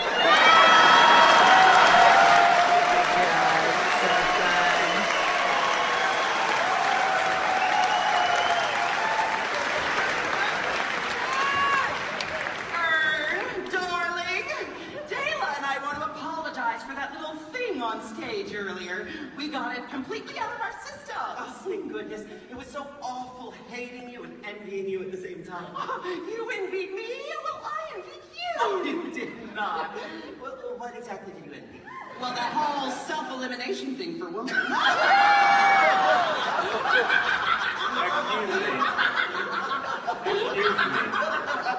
Excuse me! I want you both to know I made a decision. You guys, these really are the recovered materials from the Library of Alexandria. Even more important. I'm leaving. What? Leave? We need you. We need you to use all of those plastic surgeon undertaker skills that we didn't really set up over the course of the last hour to fix us. The skills. Please. Well, no. It's fine. I'm still gonna leave. Goodbye.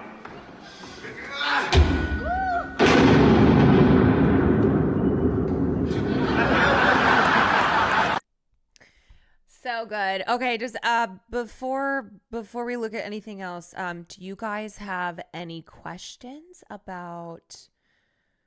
Do you have any questions about the film? Anything else? Anything you want to say? Oh, I forgot to do if this was your first time watching. I mean, I know people have probably left and gone to bed or whatever else. If this was your first time, if you're still here, please throw a 1 in chat. Please throw a 1 in chat. All right, let's see. Jess, thank you. You're welcome. Where do babies come from? Babies come from the same potion that they were taken and death becomes her. That's where they come from. Thank you for showing this. You're very welcome. The potion or the substance, you have to pick one. The potion. I'm not doing the substance. I'm sorry. To have hotter me take over for a week? No. I know it's supposed to be me, but it's no. I'm not having my naked butt dragged into a bathroom where I stay there for a week. I would rather fall down the stairs and break into a million pieces. That's what I want to do. That's what I would prefer.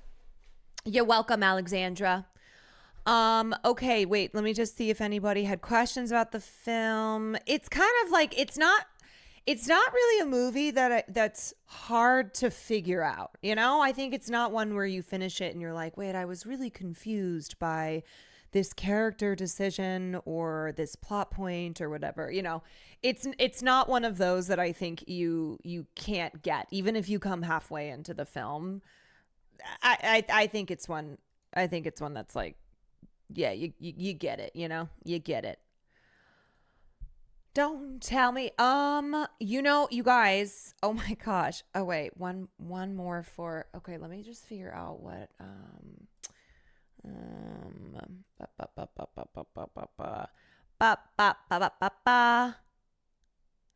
what about transhumanism, like putting your brain inside a super tech body? No, I don't think so. I'm not doing that. Death Becomes Her cast performs Tell Me Ernest. God, I just love Megan Hilty so much.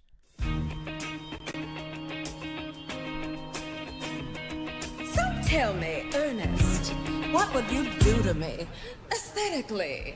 I loved a tuck, a freeze, a suck. We watched a bunch of Jinx Monsoon videos. We watched her lip syncing when I was watching Drag a couple days ago. If you had your way with me, medically, are we talking face, chest, thighs, breasts, so she's very, very good. I don't know where to begin. What about this vein on my leg? I stressed it out from doing squats on the reg. Do you have time on Tuesday to squeeze me in? I told you Ernest doesn't really do that. She's your friend. Tuesday's doable. Doable. You know what? This is such. So tell me. I have always wanted to do this as a Halloween costume. I have always wanted to do Ernest and Helen and Madeline. It's so fun. Jay Drage, thank you for the 5 gifted subs. Yes, if you appreciate film night, if you want to keep supporting the stream, please make sure you keep popping in on Sunday nights when we usually do it. If you've got a sub laying around and you want to toss a sub this way, I appreciate it. If you've got Amazon Prime, you get 1 free Prime sub a month to keep this very, very special legal film class happening here on Twitch. How much have you seen of me cinematically? Oh my goodness. Left is Andy. Holy moly. Left is Andy. Big Juice. Thank you for the 20 gifted subs. Appreciate that. Bad Train Wreck. Thank you for the gifted sub. The coms, the rom-coms, the dramas, the dramedies. Love Straight film to class TV. and No, get really, Ernest. How often have you watched me? Sporadically. What? I really like the one where you were fighting with the sword. Tavia, thank you for the 21 That months. was her first Razzie Award. You know I did all Why are my there mics on their stunts. foreheads? I Okay, only- so this is a little thing that we do in theater where we run the mic through the top of the head because it is the best place to put the microphone. So a lot of times it's kind of far down. Like hers is very far down. It could just have to do with the venue that they're at. Like they just, I don't know. But normally you would have it, especially when you're wearing a wig, you just run it through the top of it. Injured all of my co-stars once. Now swordplay, foreplay is one of my specialties. We need another bottle. I must be boring. Because with musicals, you're singing, you're dancing, you're moving around. So you don't want the sound to be getting affected.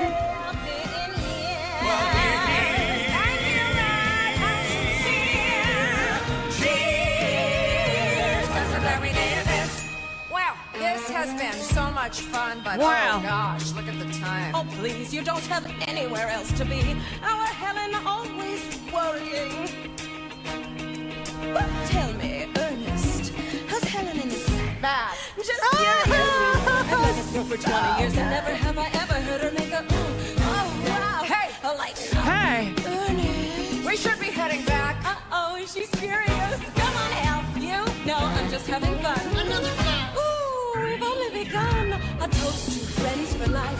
That's right, you're stuck with me, Ernie. Thank your wife. Well, it's been fun, but we got Caroline, I don't derive enjoyment from this, but I still want to understand the intricacies of such performance. Where should I start? You know what you should start with if you missed the film class? You should go watch Death Becomes Her. It's on YouTube. If you missed the movie tonight, you should go watch it. It's great.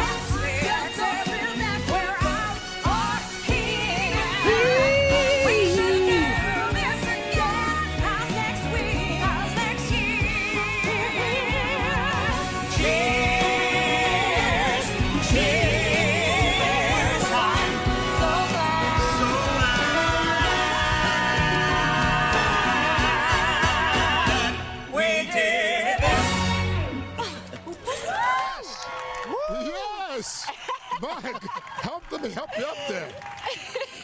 You guys, do you want to know something crazy? You want to know something nuts? It's the 2-year anniversary of something. Does anybody know what?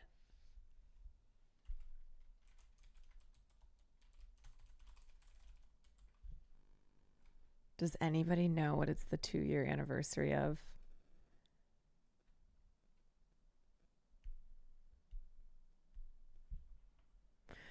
You and Will? No.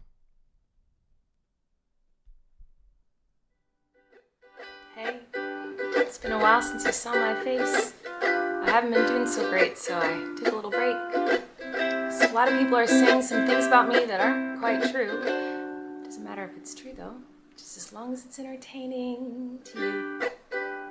It's been 2 years! You guys having fun?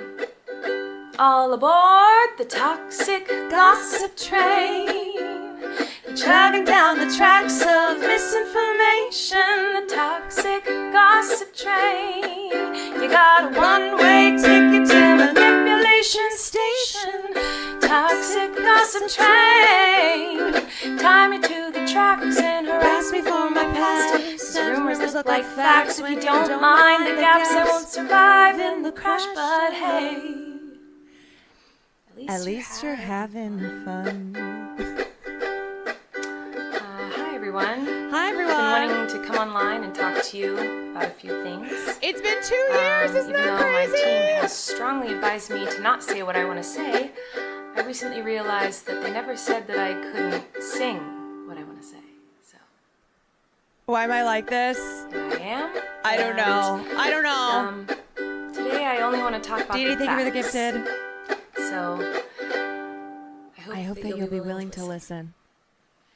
Here we go. Many years ago, I used to This message was my like fans, seriously one of the but craziest not in a pop creepy culture way, moments like a lot of you are trying to suggest. It was more of of a the decade. loser kind of way, where I was just trying to be besties with everybody. It's kind of like when you go to like a family gathering, you know, and there's a weird aunt there who keeps coming up to you and going like, "Hey girl, what's the tea?" And you're like, "Ugh." That was me, but in group chats with my fans. I am Hazelnuts. Thank you for the 5 gifted subs. I've been sharing my life online for over 15 years. I've poured my heart out to you, and because of that, I feel like I'm talking to my friends. But in the beginning of my career, I didn't really understand that maybe there should be some boundaries there. There were times in the DMs when I would overshare details of my life, which was really weird of me. I haven't done that Also, for what happened to her? years, you see, because I changed my behavior and I took accountability. But that's not very interesting. I have a genuine question. Is this what a certain YouTuber wants people to do for his apology? Does he want a toxic gossip train? Does he want a ukulele song? So let's go on the toxic gossip train. The locomotive's fueled with hateful accusations. The toxic gossip train. Steamroll over someone's reputation.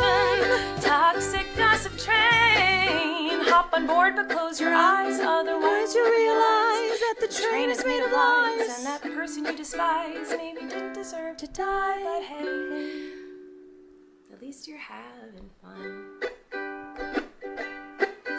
In all seriousness, I do think it's really important to hold people accountable. Oh, I forgot for I made my mistakes. own version of this song. You know, we should hope that everyone can learn from their mistakes and grow and change their behavior and be a better person. Yeah, where's Kat and Taylor's duet? I'm going to text them and be like, guys. And this is something that I've always tried to do when I make mistakes, and it's something that I will continue to try to do. What?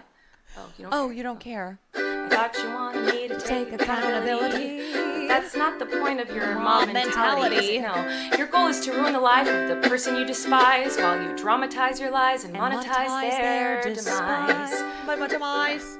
I feel like I can already hear the comments on this video. She's gaslighting, manipulating. Oh, she's a narcissist and a rat. I would never make a mistake like that. Oh, I'm sorry.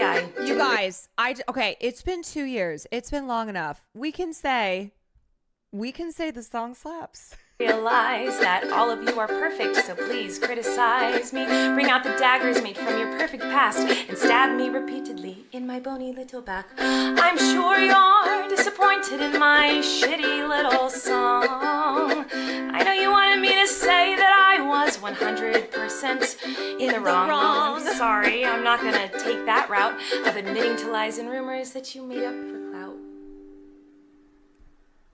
Hey everybody, I found someone new to harass. She did some things that I do not like in her past. forgot So this is 10 everybody minutes gather around, long. 'cause we're about to attack, but not based on facts. Oh no. Your loaded lethal weapon is your fingers. How on long the do you think it keys. took You her don't to need write any the armor lyrics when for you can hide this, behind a to like make the screen. So shoot me song? down quick in the click and bam. My reputation's deceased.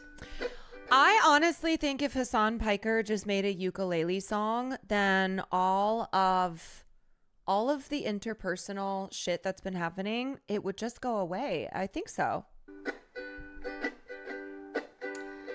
I also wanted to take a minute to talk about that girl Miranda sings. You know the one. Yeah, her. She's PG-13. It says that on my website, and it's always been that way. And that's why you won't I find think my maybe people would videos stop on the coming YouTube after Kids him. app. Anyway, I didn't realize it was my responsibility to decide what was appropriate for every kid to see. I've always relied on parents to decide if they're comfortable. so with crazy. their families watching my YouTube videos or coming to my live shows. Now, have I made some jokes in poor taste? Yes. Have I made lots of dumb mistakes? Yes. Am I sad that there are some fans who feel betrayed? Yes. But was my intention to manipulate? No. No.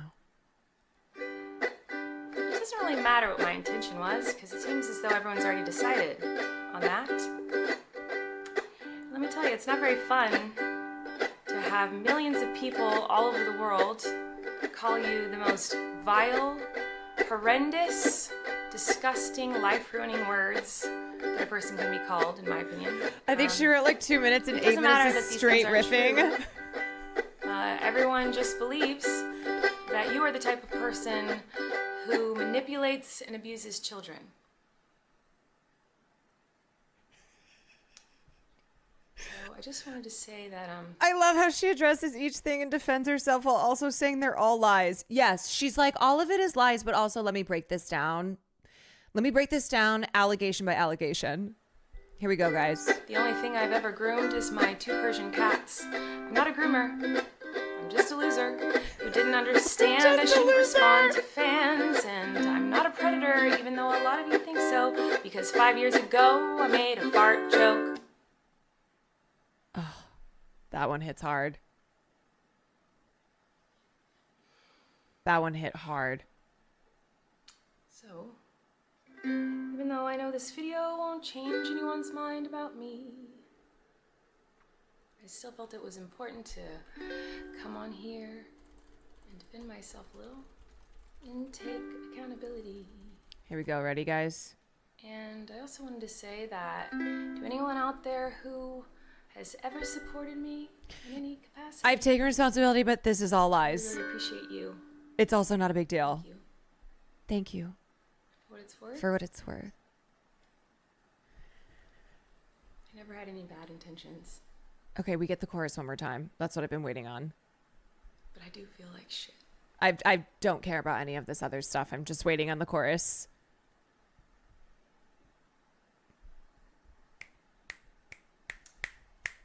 The toxic Yeah, here we go. gossip train, jogging down the tracks of misinformation. Toxic gossip train, you got a one-way ticket to manipulation station. Toxic gossip train, you tied me to the tracks and harassed me for my past. Rumors look like facts when you don't mind the gaps. I won't survive in the crash, but hey, I hope you had some fun. Yes.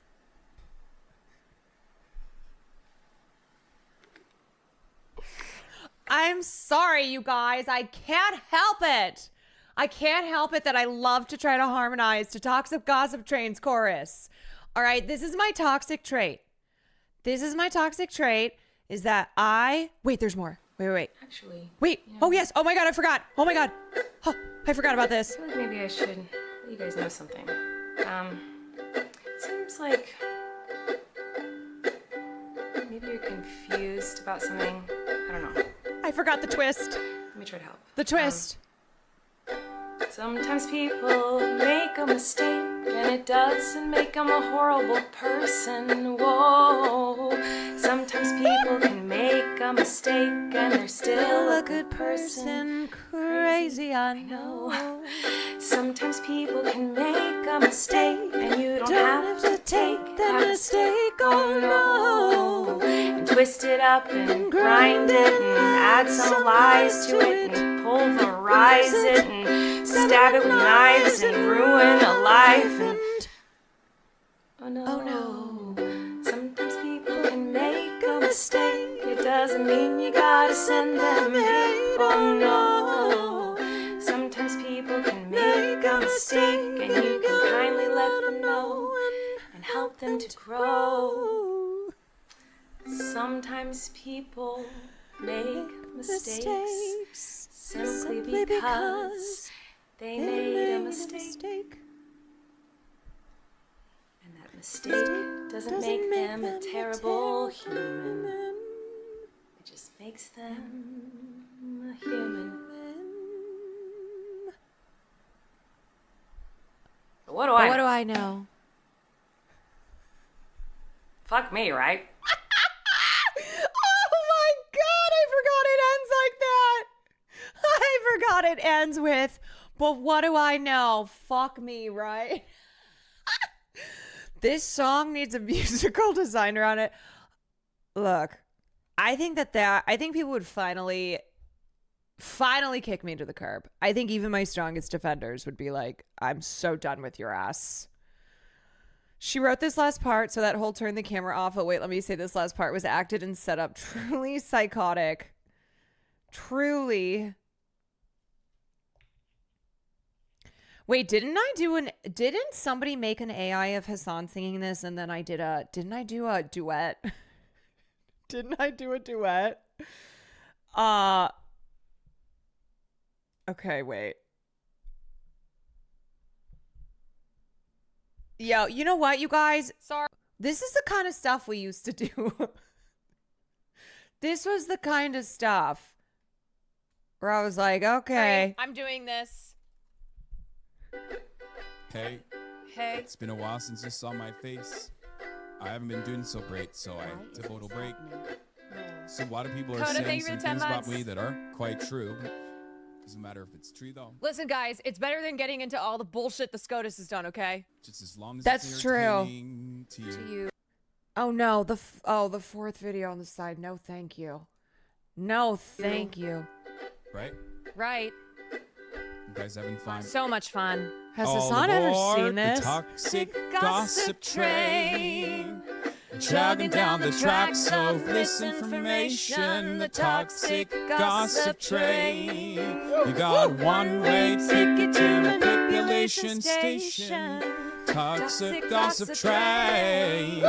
Tie me to the tracks and harass me for my past. These rumors look like facts. If you don't mind the gaps, I won't survive in the crash, but hey. At least okay, wait, my makeup was so slay that day. What was I doing that day? That was not me. Hi, Okay, everyone. thanks. Why is the makeup? I've The been harmony was a wanting little to off. come online and talk to you I'm so sorry. about a few things. Harmony was a little off. Okay, for those of you who are saying she practices beforehand, this is called harmonizing on the fly. All right? Put some respect on it. This is why it's imperfect. It's harmonizing on the fly. Even though my team has strongly advised me to not say what I want to say. You know what? This is an anti-AI PSA. You're going to do it anyway. Realized that they Can never I said harmonize that I with me couldn't harmonizing sing with AI what I Hassan? wanna say. I am, and today I only want to talk about the facts. So I hope that you'll be willing to listen. This is like a bad version of an old Bo Burnham song. Many years ago, Okay, I wait, used let to me- use you and been like, "Hey, Carl," my fans. It was weird. But I've been sharing my life online for over 15 years. I've poured my heart out to you, and because of that, I feel like I'm talking to my friends. I gotta figure out, should I go but high in low? the beginning of my career, I didn't really really understand that maybe there should be some boundaries there. There were times in the DMs when I would overshare details of my life, which was really weird of me. I haven't done that for years, you see. Well, I think I gotta because change my behavior and I took accountability. That's not very interesting, is it? So let's go on. The toxic gossip train. The locomotive's fueled with hateful accusations. The toxic gossip train. Steam all over someone's reputation. Toxic gossip train. Hop on board but close your eyes, otherwise you realize the train's made of lies, and that person you despise didn't deserve to die, but hey, at least you're having fun. In all seriousness. Wait, every single year on the anniversary of Toxic Gossip Train, we are going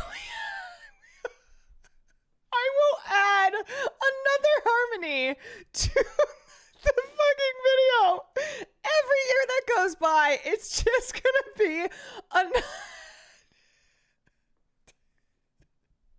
as the world burns around us.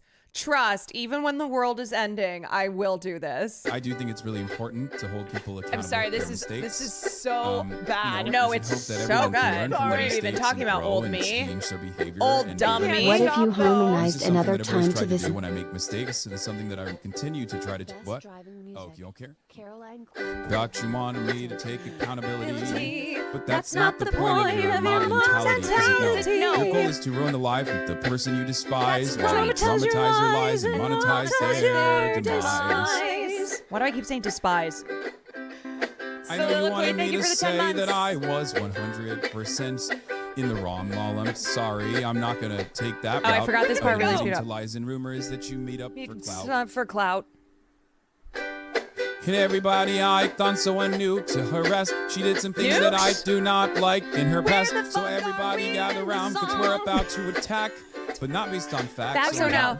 Your loaded lethal weapon is your fingers on the keys. All right, AI You don't Hassan. need any AI armor, Hassan, you need to do a can little bit of work. So shoot me You down need a little quick work. with a click and bam. Bam. A reputation's deceased. Toxic Gossip train. You driving down the tracks of misinformation. Toxic gossip train. You got a one-way ticket to manipulation station. Toxic gossip train. You tie me to the tracks and harass me for my past. Rumors look like facts. I lost when the you fucking lyrics. don't mind the Mind the gaps. gaps. I won't survive in the crash, but hey, I hope you had some fun. Dude. Wow, you guys. Wait, we kind of ate down. We kind of ate down on that. This is going to be so chaotic next year. I don't even know how many times you can, how many different harmony lines there are.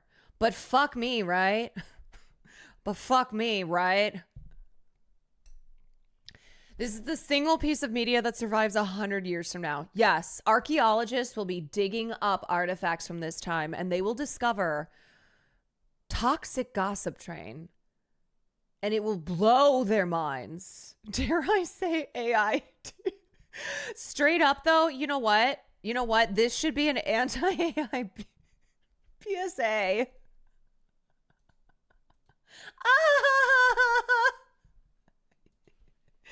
Oh, you guys. You either hated that or you're like, you know what?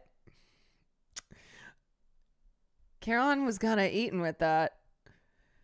Caroline was kind of eating. Never join a Caroline Kwan stream. Okay, so let's memorialize the date. 6/28. 6/28. Wait, y'all, wasn't I like the first creator too who covered the Colleen Ballinger thing? Am I right or am I right? Am I right or am I right? I remember I was like, what's going on with this Colleen Ballinger situation? And I dove in, and then boom, Toxic Gossip Train comes out, and everyone's like, what the hell is this? And I went, oh, I've been all over this. 6/28 is my 9/11.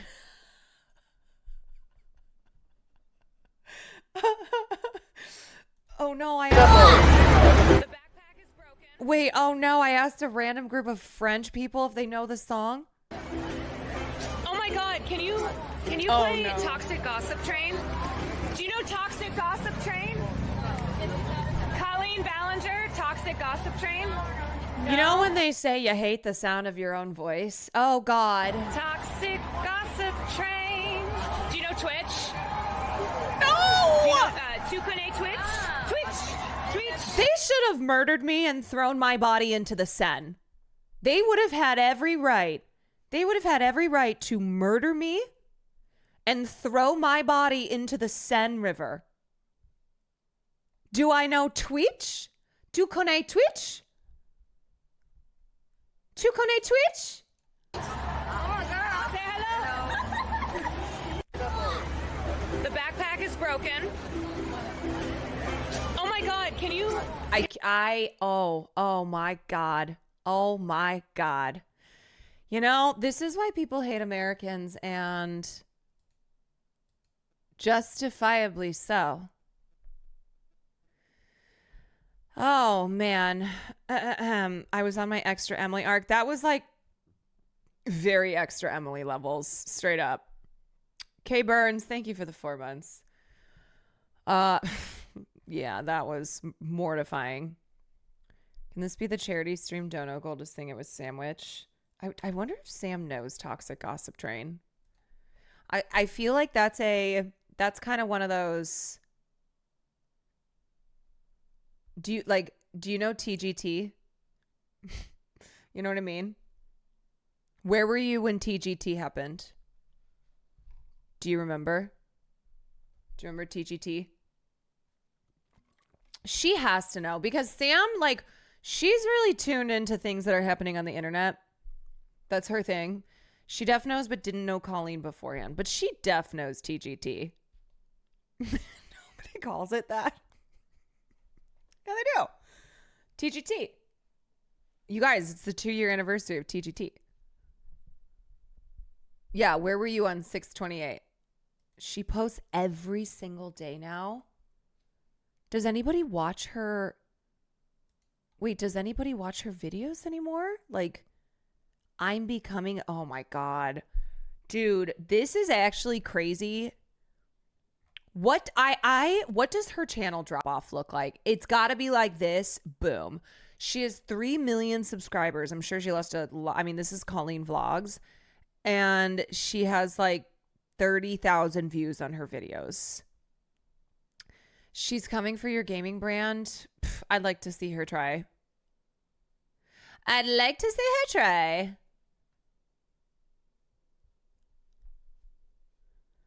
That's wild. She's a mommy vlogger now.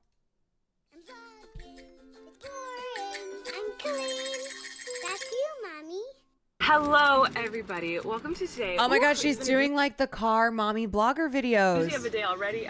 What's that noise? Why is this happening? Why is this happening? Why is this happening? Why is the roof of this thing opening? What did I touch? Did I touch something? Why is this happening? What did I do? Did I push a button? Why is this happening? Okay, anyway, I guess the sunroof is open. Vehicle will shut down unless brake is pressed to start engine. Why is this car? Great. Caroline coded, sorry. Okay. Okay. No. Absolutely not. All right, you know what? Wait. You know who I'm going to show you guys? You know who I'm going to show you guys? And if you're a Sandwich viewer, then you already know. You already know. But Sam showed Will and I this queen today. Okay, speaking of queens. Sam showed me this queen. And I was crying laughing. I was crying laughing watching this video. If you know, you know. If you know, you know. But this was the first, I was introduced today to the Queen Teresa Larzilere. Teresa Larzilere. If you don't know T, you're about to be introduced, okay? Let's go. Cheers. This video is titled, I'm doing a review on the Geek Bar. What's up, everybody? I'm back to do a review, and I'm going to do a review on the Geek Bar Sour Blue Dust. And I'm going to open this up. I fucking love her.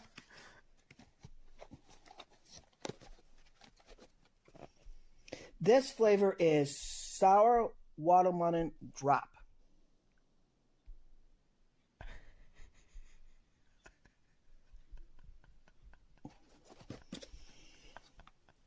Okay, I'm going to open this up. I just love how to the point she is. She's just no frills. No frills. She puts the phone down. Just so you know, I've already watched this 5 times today. I mean, come on. Can we get a cinema? Can we get a cinema, please? Please.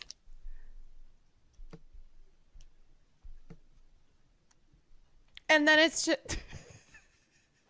I like that she doesn't cut it out. No. What you see is what you get, okay? Okay. Okay.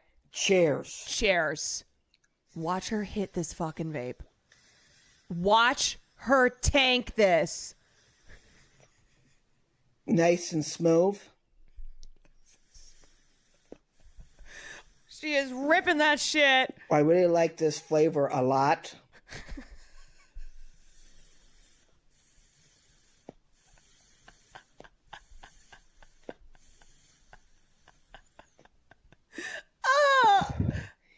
It tastes like sour candy. Ow! I have never seen somebody rip a fucking vape like this. She's an icon. She's a legend. Caroline being impressed that someone has better vape skills than she does. I have never hit a vape like this in my life. She doesn't. I really like this. She doesn't cough. She's in that thing like a cigar. Cheers.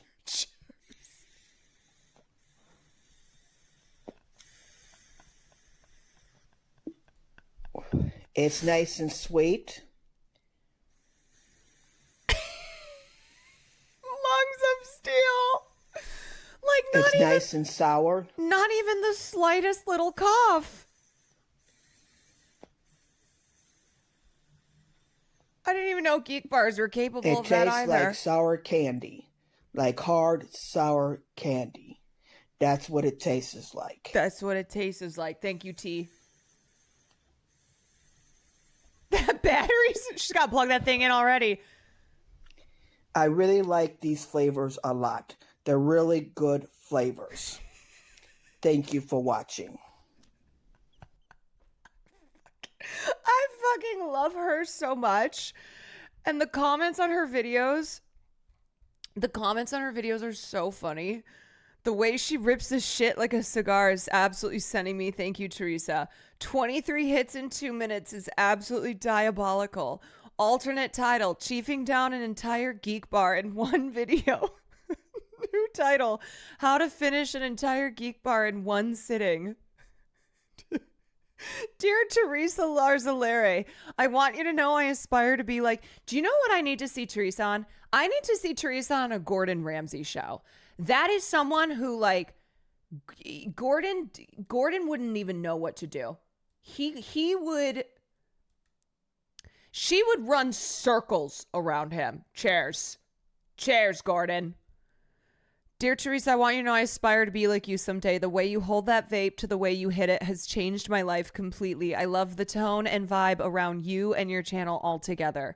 You are amazing. Thank you. Teresa, I'd like to thank you from the bottom of my heart. I am 7.5 years old, and I was wondering what flavor of Geek Bar I should purchase, and this video helped me decide. I think it was so fucking cool how you chiefed down a whole Geek Bar in one sitting. Mad respects, yo. We should collab sometime. I need a 5-page essay and a 2-hour analysis video on this woman. Oh my God, Teresa's checklist. Cheers, nice and smooth. Really like this flavor a lot. Tastes like sour candy. Really like this a lot. Cheers, nice and sweet, nice and sour. Tastes like sour candy. Like hard sour candy. Really like these flavors a lot. Really good flavors. Thank you for watching. Holy shit, these comments are so fucking funny. Oh God, what an icon. What a queen. What this is, you know what? This is why the internet must always, we must protect the internet because we need people like Teresa. We need tea. We need tea. Can't forget about this masterpiece. Oh.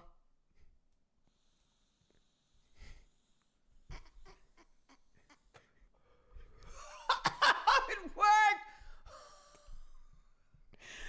Oh, Not the squeaking sounds of the vape, man.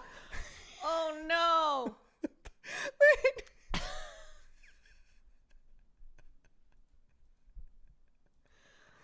Oh no. That was too much. Wait, listen. Listen to it squeak.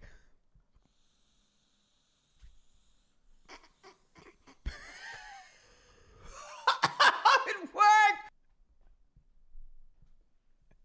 Yeah, that was for 420 film class. If you missed that one, if you missed that And one. now I'm gonna sing opera. Oh fuck yeah! I'm gonna do the best as I can because I'm not really a singer. Dude, I would kill for me and Sam to collab with Teresa. Me and T, I would rip a vape with T. But I'm gonna do the best as I can. And I would make Sam rip a vape. And if you like my singing, use a comment and please subscribe to my channel. I need Dude, more. we need to get her on the pod. Holy shit. Where does she live? More scrubbers, okay? So right now I'm gonna go sing opera. Here it goes.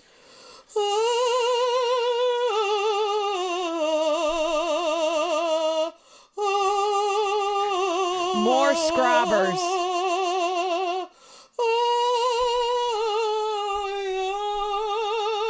Honestly? What a beautiful morning.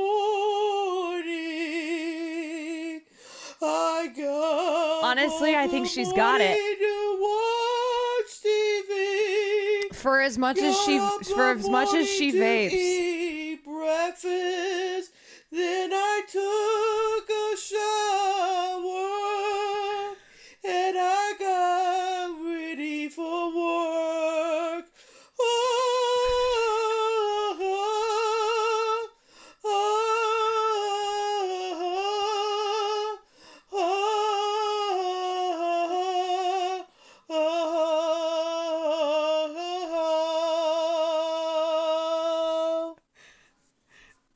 Yo, she killed that. Thank you for listening and my opera singing. She fucking killed that. To see you, Christian, and Teresa compete in a chiefing contest. Yo, and then we have to sing opera afterwards. We got a chief, and then we got to sing opera afterwards. Holy shit. Art Tice, thank you for the 2 months. Y'all, you know what? See, there's people who are out here singing what they did with their days. So, you know I stand. Her lungs must be studied. Okay, wait, have I not seen this before? This situation did happen. It's the truth, the whole truth, so help me, baby Jesus. Have I not seen this? Surely you know this rant video? Have I? Okay, wait, confirm. I haven't watched this on stream. Hello, everybody. This is going to be extremely explicit.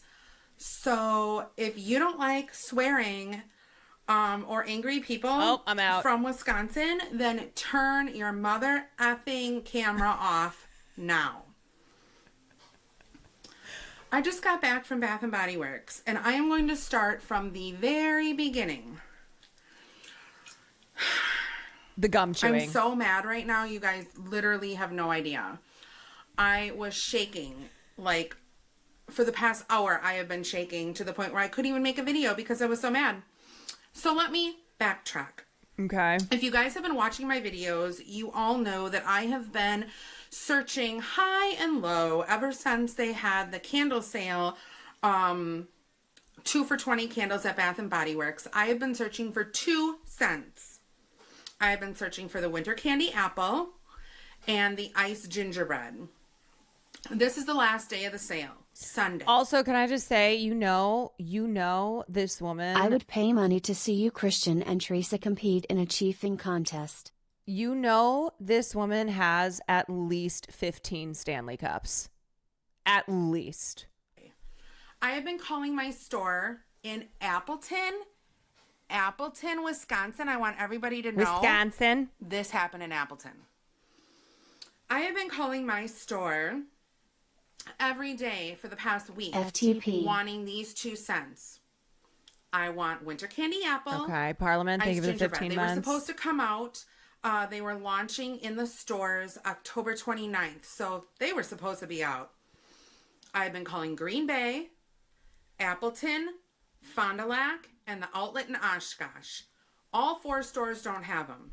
That's not what makes me mad. Ticked me off a little bit, but I thought, they'll eventually come in. No big whoop. So I have to calm down because this gets really bad here. Okay. So I've been calling.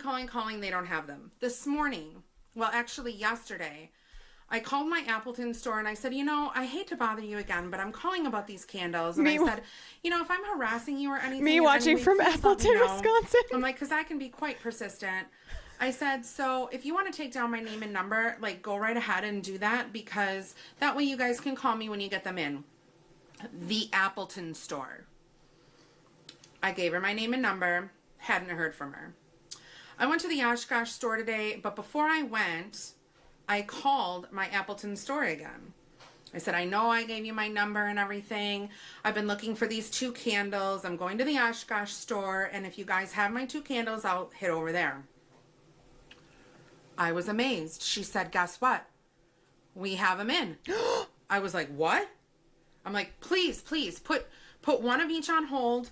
I bought 2 I peach know where this is bellinis going. a while ago. I know where this is going. Actually, I bought 3, so I was just going to take these 2 peach bellinis back and exchange them. And I thought, oh my gosh, that's awesome. So I said, I'm going to go to Oshkosh first. Then I'm going to head, because I live in Neenah, I said, I'm going to go to Oshkosh first. Then I'm going to head all the way to Appleton to get these 2 candles because I want them. And I know that once they get them in, they're going to be gone. I said, please hold a 3-wick iced gingerbread and a 3-wick winter candy apple. She said, will do. Okay, everything's fine. I get to Oshkosh. My mom and I are shopping around at the outlet mall there. By the way, if you don't know Bath and Body Works candles, they're the type of scents that would kill a small Victorian child. They are so sickly sweet. They can kill. Just to let you guys know, traffic-wise and things, it was a really busy day because the Packers were playing. This is the only good thing that happened. I think the Packers won. I don't know. I've been busy taking care of bitches all fucking day. Oh, here we go. Oh, shit. Okay. So, I'm seriously really upset. You guys are not going to believe what just happened to me. Okay, so my mom and I are at the outlet in Oshkosh. And all of a sudden I get this call. And I'm like, oh, that's weird. I missed the call. So I call the number back and I'm like, who is this? Someone just called me. And she's like, oh, this is Bath and Body Works. She's like, I was just wondering what time about you are coming. And I said, well, I'm in Oshkosh. We're leaving in about 15 minutes. And then we're headed to Appleton and we will be there right away. I'm just going to go in and out and that's it. Mm-hmm. Okay. She said, I just want to let you know that those 2 candles that I said that we had, they're not actually in our store. They're in an off-site store. I'm like, an off-site store? And she's like, yeah, it'll only take us a few minutes to go and get them, but I just wanted to know where you were abouts at the time. And I said, okay. I said, I don't really want to inconvenience you. I said, if you're just going to this off-site store just to get my 2 candles. And she's like, oh, no. She's like, we'll just grab all of them and bring them on over. And I said, okay. I said, well, I'm leaving in about 10 to 15 minutes. I'll be there in a half an hour. Okay, no problem. Great. Hang up the phone. I get to Appleton. My mom does all the shopping. She spent probably $60, I would say, getting the stuff. So my mom gets stuff and I go up to the register with my 2 candles and my mom did her transaction first. I like that she's using these candles to provide a visual. I'm like, hi, I was the person who called. Can you please, get my candles because I'm just going to exchange them. And the woman looked at me really funny and she's like, she was really a bitch to me. The first woman who helped me out, she had blonde hair. I don't know her name, but she was kind of rude to me. And she's like, I really don't know anything about that. And I'm like, oh no, that's no problem. I'm like, I'm sure the manager knows, not a big deal. And she's like, okay, well, I'm going to help the person in back of you first. And she's like, just wait a minute. So then she leaves and goes to get the manager, comes back and says, they're not in the store. And I'm like, oh, no. I just talked to somebody like a half an hour ago, and they said that they were going to get them right away and come back. She's like, we didn't leave yet. And I'm like, you didn't leave yet? I'm like, I called about a half an hour ago. I'm like, they should be here. And she said, we've just been really busy. With what? I look around.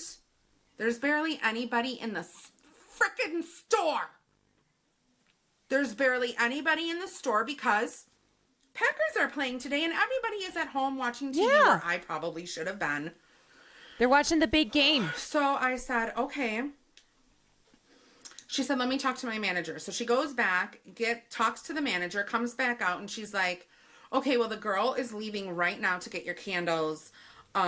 So, yeah, the girl's leaving right now. And I'm like, okay. I'm like, well, I'm not going anywhere else in the mall. I am here just for the sole purpose of getting these candles. So I'm going to wait right here. Yeah. She's like, okay, well, I'll just help the next customer in back of you. And I'm like, okay. So I'm waiting. Not leaving till I get my candles. Waiting. About 15 minutes later, Miss Jen, manager Jen, comes out and says, I am so sorry. I honestly thought that we had your candles at our off-site store, but we only have the small 4 ounces in. Oh no. Fucking Jen.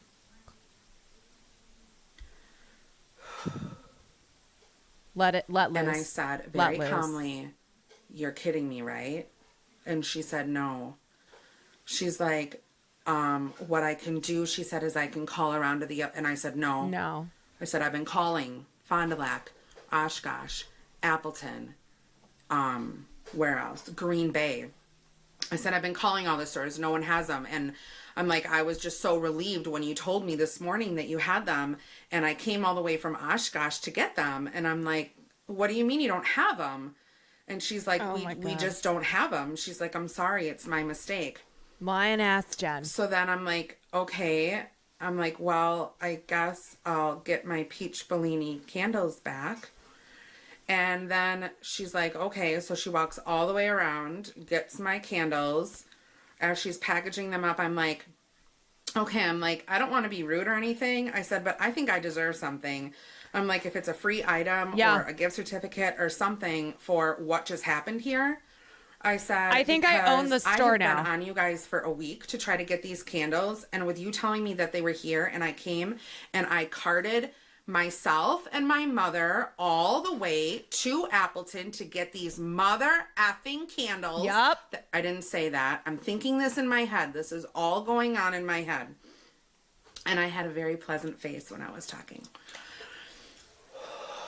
So you know what Jen says to me? You know what this goddamn Jen says to me? Speak on Jen. I can give you some coupons and put these in your bag. And I said, Jen, I have every single coupon that Bath and Body Works has. I got the coupons. I said, I have about 10 of them. I don't need any more coupons. I said, can you give me something else? Something? She takes my original receipt from my peach Bellinis, takes it out of the bag and says, there's an 800 number on the top of this receipt, and when you call, you'll get a live person, and you can explain to them what happened, and I'm sure they'll be able to help you with something. No, not hitting her with the 800 number. Jen. And I said, a live person?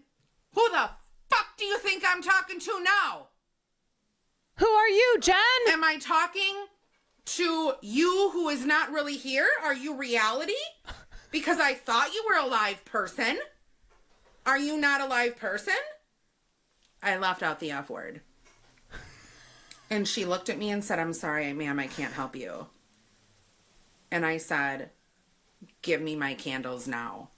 And she kept on apologizing. And I said, I want to leave this store. Give me my candles now. Meaning, my peach Bellinis. So she gave me my peach Bellinis. Yo, this Karen on Karen. This Karen on Karen violence. And I was on my merry fucking way. And that bitch, Jen, you know what I'm going to do, Jen? Yeah. I'm calling your district manager. I'm telling them what happened and what you did and how you fucked up. And I'm telling them how that other blonde girl was rude to me. I'm telling them, Jen. Oh, Jen, your ass is going to get reamed. It was just a really, really bad situation. Oh, Jen, it's that so ended over. badly. Jen, you better take And cover. I'm done now. Thank you for watching. Please share this video with everybody so we can have everybody know in the state of Wisconsin and around the whole United States that Jen, oh my God, from Appleton needs to check her shit out. Bye. Oh my God. Jen, she's done. Do we know what happened? Do we know what happened with Jen? Okay, Christine Sidalko took her candle shopping and it was amazing. Okay, do we have, is Jen alive? Or is she now not a real person anymore? Is she now gone? Wait, are you a good Karen or a bad Karen? You have to look at her second post. Hold on a second. AZ for Angela. Okay, wait. Let me just back up. Everybody hold on a second. This has 3.3 million views. This situation did happen. It's the truth, the whole truth. So help me, baby Jesus. Holy shit. Oh my God. And then her second post is, I stand with Iran and I will not be silent. Wait a second. Right now, Iran is under attack. Israel has launched targeted strikes against Iranian military and nuclear sites. Cities like Tehran, Isfahan, and Ras are being hit. Hundreds of innocent lives have been lost. The people of Iran are in the middle of absolute chaos and they are being silenced. Iran's own government has shut off the internet completely. For over 60 hours, the Iranian people have been cut off from the world. No access to news, no way to call family, no way to scream for help. This isn't just war, it's oppression on every level. People are being killed and the rest are being forced to suffer in silence. You can't even imagine the fear of knowing if your family's alive or dead because your phone won't even connect. This is not okay. I stand with Iran. I stand with the innocent people caught in the middle of this horror. I stand with the students, the women, the families, the protesters, the everyday people who are just trying to live. To my friends and followers, do not scroll past this. Share it, talk about it, raise your voice when theirs is being stolen. Okay, girl. Hold on. AZ for Angela 2028. Yeah, I think so. If there is one person who I think could take down Benjamin Netanyahu, it is the Bath and Body Works rant woman. That's who I think could do it. Let it burn, feeling deep, the same in your body, don't want you. There's an update in the description of the video. Okay. Oh, Angela, honey, we have arrived. Welcome look at to these Wisconsin. cornfields. Where's the cheese field? We have been driving since 9 o'clock in the morning. Also, Christine Sidalko, super based. After staying out until 6 o'clock in the morning drinking Why are all last these night, videos and we are set going to on visit Angela, 144p? What is candle happening blogger. with And YouTube? we're gonna buy our first Yankee candle. And we're gonna go to Cracker Barrel. Maybe. I want Cracker Barrel. Christine's just too close to this car. Now we gotta repark. Park. I don't know how to park this fucking car. We are here in Oshkosh, Wisconsin, with Miss Angela. Oh my God! What a We're at collab! Yankee, and we're about to lose our Yankee virginity to Angela. And Christine's wearing sweatpants because fucking who cares anymore? Fucking who cares anymore? Easter egg hunt. Chocolate. It just smells like rotten eggs. Kiwi strawberry. Oh, this smells good. Hi. They know her. Oh my God! We're gonna need more than a bath. I think I'm still drunk. It smells like toothpaste. Nandre, I'll be there in 2 seconds. I just learned about the Bath and Body Works woman. Do you know her? Like organic hipster toothpaste. Yeah. Oh, here we go. Leather. Oh my God, it smells like a couch. I like when they smell like laundry. I just watched the Are they my rant. sisters, Sangria and Margarita. Jesus Christ, dangerous meme. She's so base though. Angela, you don't have to lie and say they're for your mom. They're for you. Peach pie. You're gonna need a wick trimmer and an Illumilid for that. Oh, you're gonna need a wick trimmer? I almost swore in front of a crowd. Do you have a wick trimmer? No. Well, if you know what I mean. I don't. I don't. You find our scent? This is it. our I'm first Yankee confident. candle? Rustic peach pie. Oh, this is like Jenga, but with candle.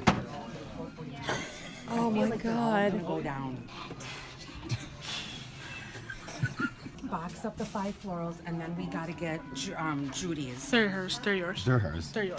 I mean, spice in your Yeah, that will clean up your sinuses real good. Okay. Oh, you have sinus problems? No. I mean, I have She's just sinuses. saying if she's saying if you do, And I it'll have work. problems. Well, You got both. I got issues. Which this is one? one of my favorite. Yeah. What's your ultimate top favorite? Cherries on snow. Cherries on snow. I should've Oh, known she that. had that ready to go. Fake fan. I'm so sorry. Cherries on big snow. Ooh. Tropical. Yeah, I like that. Seems like a good shampoo. So funny. Okay, this Papaya. is 1, 2. Cherries on I have snow. 7 in the back. I got 7 in the back. This is a not so good label, but this is a better label. I just heard What that makes a invite label pop good? up. This is the old label. Might I This is an outlet label. Might I suggest maybe trying peach cobbler as opposed to rustic peach pie? Because of the label. Oh, it smells sweeter. Oh, it smells This is better. almost done. It smells so much better. It smells better. You're not going to need an Illumilid with that. Just a wick trimmer. This is for advance. All right, I got way advanced. Oh, this is too early for me. I You're got. you're too early. That's not your first one. You're just starting out. You're just starting out. Thank you, She's Sensei. so. She's an icon, I fear. You have that in a 2-wick She's the tumbler. candle I icon. need lemon lavender in a 2-wick tumbler. She All needs the it. Lavenders. Get her all the lavenders. She's got a lavender. She's got a relaxing lavender. She'll buy it off you. This one right I there. know. Hometown. How do you smell like hometown pride? What would my Hometown hometown pride. pride would smell like stale beer and like Cheetos. Look, they make like personalized candles. So cute. It smells like divorce. Angela, looks like the shelves are up there now. I'm proud of you. Oh wait, Oh my God. we got all that too. Even I don't know why I did that. 14, 15, 16, 17. Perfect. Wick trimmer, lighter, tart warmer. Oh my God, look at all those One candles. off for the lady. Holy shit. Those are so many candles. That's hot. You ever stick your hand in fire and then go Don't you have to wet your I had a finger? good I know, that's if you childhood. put You can smell coffee beans. to like cleanse your palate? Cleanse It's like your nose ginger when hair. you're eating sushi. Okay. Well, tax people are after me. I got 'em Angel, there. what did you do? Some people are after me. It's probably a fake letter. Oh, Or you're She's a going to bad prison. girl. She's a bad girl. You're gonna be a felon not soon. a fake Oh, letter. they don't have candles in prison. No, they don't. They do, but they're not the kind you want. So Christine and I have one bag, and then Angela has the entire cart. Whoops. Angela. Oh my God. Just a few. It's just a Oh couple. my God. Few candles. Just a couple. That's all it is. Also, store those wasn't even made candles for carts last this big. forever. Candle? She would kill me if I gave away one of them. She'd like come back and she'd be like, When you're in Wisconsin, you better get that motherfucking cheese curds! Cheese curds. Cheese curds! Christine. Oh, Jesus Christine, Culvers. Why you sit? I'm gonna shit my pants. Why you sitting so funny? I'm gonna shit my pants. Oh, let's get serious. Oh my God, you're like gripping on. My Do not, God. don't shit your fucking Oh pants. my God, this light. I'm Elijah. This has been a really long light, and you waited like 3 exits to get Elijah, off. I'm literally gonna shit myself. Oh, It's still red. oh my It's God. still red. Oh my God. Oh my God. I'm literally gonna shit. Oh my God, it's coming. Oh my God. Oh my God. No, it's not. It's not. It's not. It's not. Wisconsin Cheese Castle. Stop. I cannot think about cheese castles right now. Wait, can I not get in this way? Oh my God, I think you just got back on the highway. Wait, this is so relatable. Bing, bing, bing, bong, This bing, is so fucking relatable. I have been there 8 million times. Okay, you guys, we're gonna game in like 30 seconds. This is the most recent update. Wait, I want to see the comments on this one here. This situation. Okay, wait. Update. Bath and Body Works sent me both candles for free because of the bad service. They did not fire Jen, as far as I know. Smiley face. And she wrote a pro-Palestine poem. Bro, you know what? Angela, we need to get her on the pod. We have two white ladies tonight that I've discovered who are icons. Need to get them on the pod. 10 years later, the candle queen of Appleton wouldn't change anything about her viral Bath and Body Works rant. Wisconsin's own Angela Julius, aka As for Angela, revisits the video that turned her into a meme. Holy shit. Yeah, I guess I've never seen this. I'm just a Jen from Appleton living in a world of Angelas. Oh, man. Can you walk us through the day you decided to make the original candle rant video? That day I was with my mother. We were shopping in Oshkosh at Bath & Body Works and Yankee Candle. I was surprised when they called me and asked if I could come to Appleton because they had both the candles in. I would have never gone to the mall if it hadn't been for them calling me. What would I have done differently that day? Absolutely nothing. It's true I was upset that my time was wasted. But if you listen closely, you can hear my daughter laughing in the background. It was obviously a fabrication, and I was having fun. Tyler Oakley posted this to his Tumblr page in 2014. Oh my. Okay, wait, you guys, I'm getting pressured. Hold on a second. Let me call and ask the boys what they know about this. Let me call and ask the gamers. I mean, it's just like, Okay. I made the poll and everything, and she's just like, I don't know. Yo. Excuse me. Hello, Jay. Do you know about the Bath and Body Works candle rant? I do not. You guys, oh my God. See, I'm not the last person on the planet to find out about Angela and Jen and the Bath and Body Works candles. Okay. Did you know that Angela, the Bath and Body Works candle lady, is my Higa's cousin? Oh my fucking God. Oh my God. Maya has a lot of cousins. She do be having a lot of cousins. She has a lot of cousins. Wait, I need to get Angela. I need to get her on the pod. Ask Maya. Okay, I will. All right, you guys ready to rock and roll? Are you ready to rock? Sorry, Nandre, how was your night? Like going out and doing? How's your? Did you see the picture I posted? Things. Love for Hot Daddies. I'm looking at it. It's really beautiful. Wait, the picture you posted? What is? Yeah, in the Discord call. Why? Wait, what is that? A tattoo on your head? It's a face painting. Who did that here? They had face painting at the party. Yes. Nice. It's beautiful. My emote. What was the picture you sent me of Willow? What was that from? Wow, is that permanent? That's hilarious.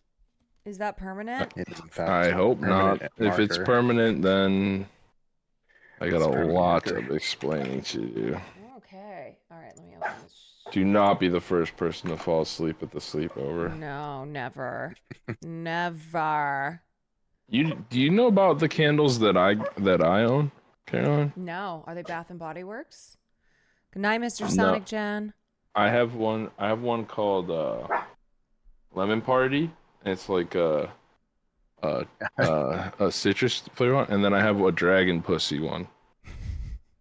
Nice. Oh And wait, it's you have told me actually about the these. best. It's actually the best. Yeah, you told me these. about these. They're pretty good. They're pretty fun. How's the Dragon Pussy one?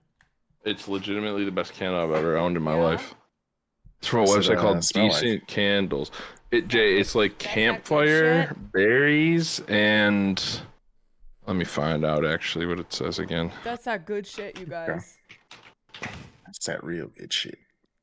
It's actually so good. Berries, campfire, and cinnamon. Oh. And they last forever. I still have. Oh wait, there we go. Okay, I'm in. It's not bad.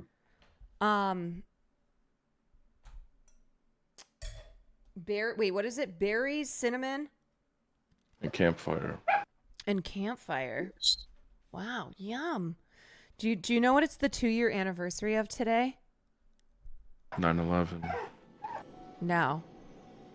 Worse. Close. 9/12. No, it's the 2-year anniversary of Toxic Gossip 9/13. Train.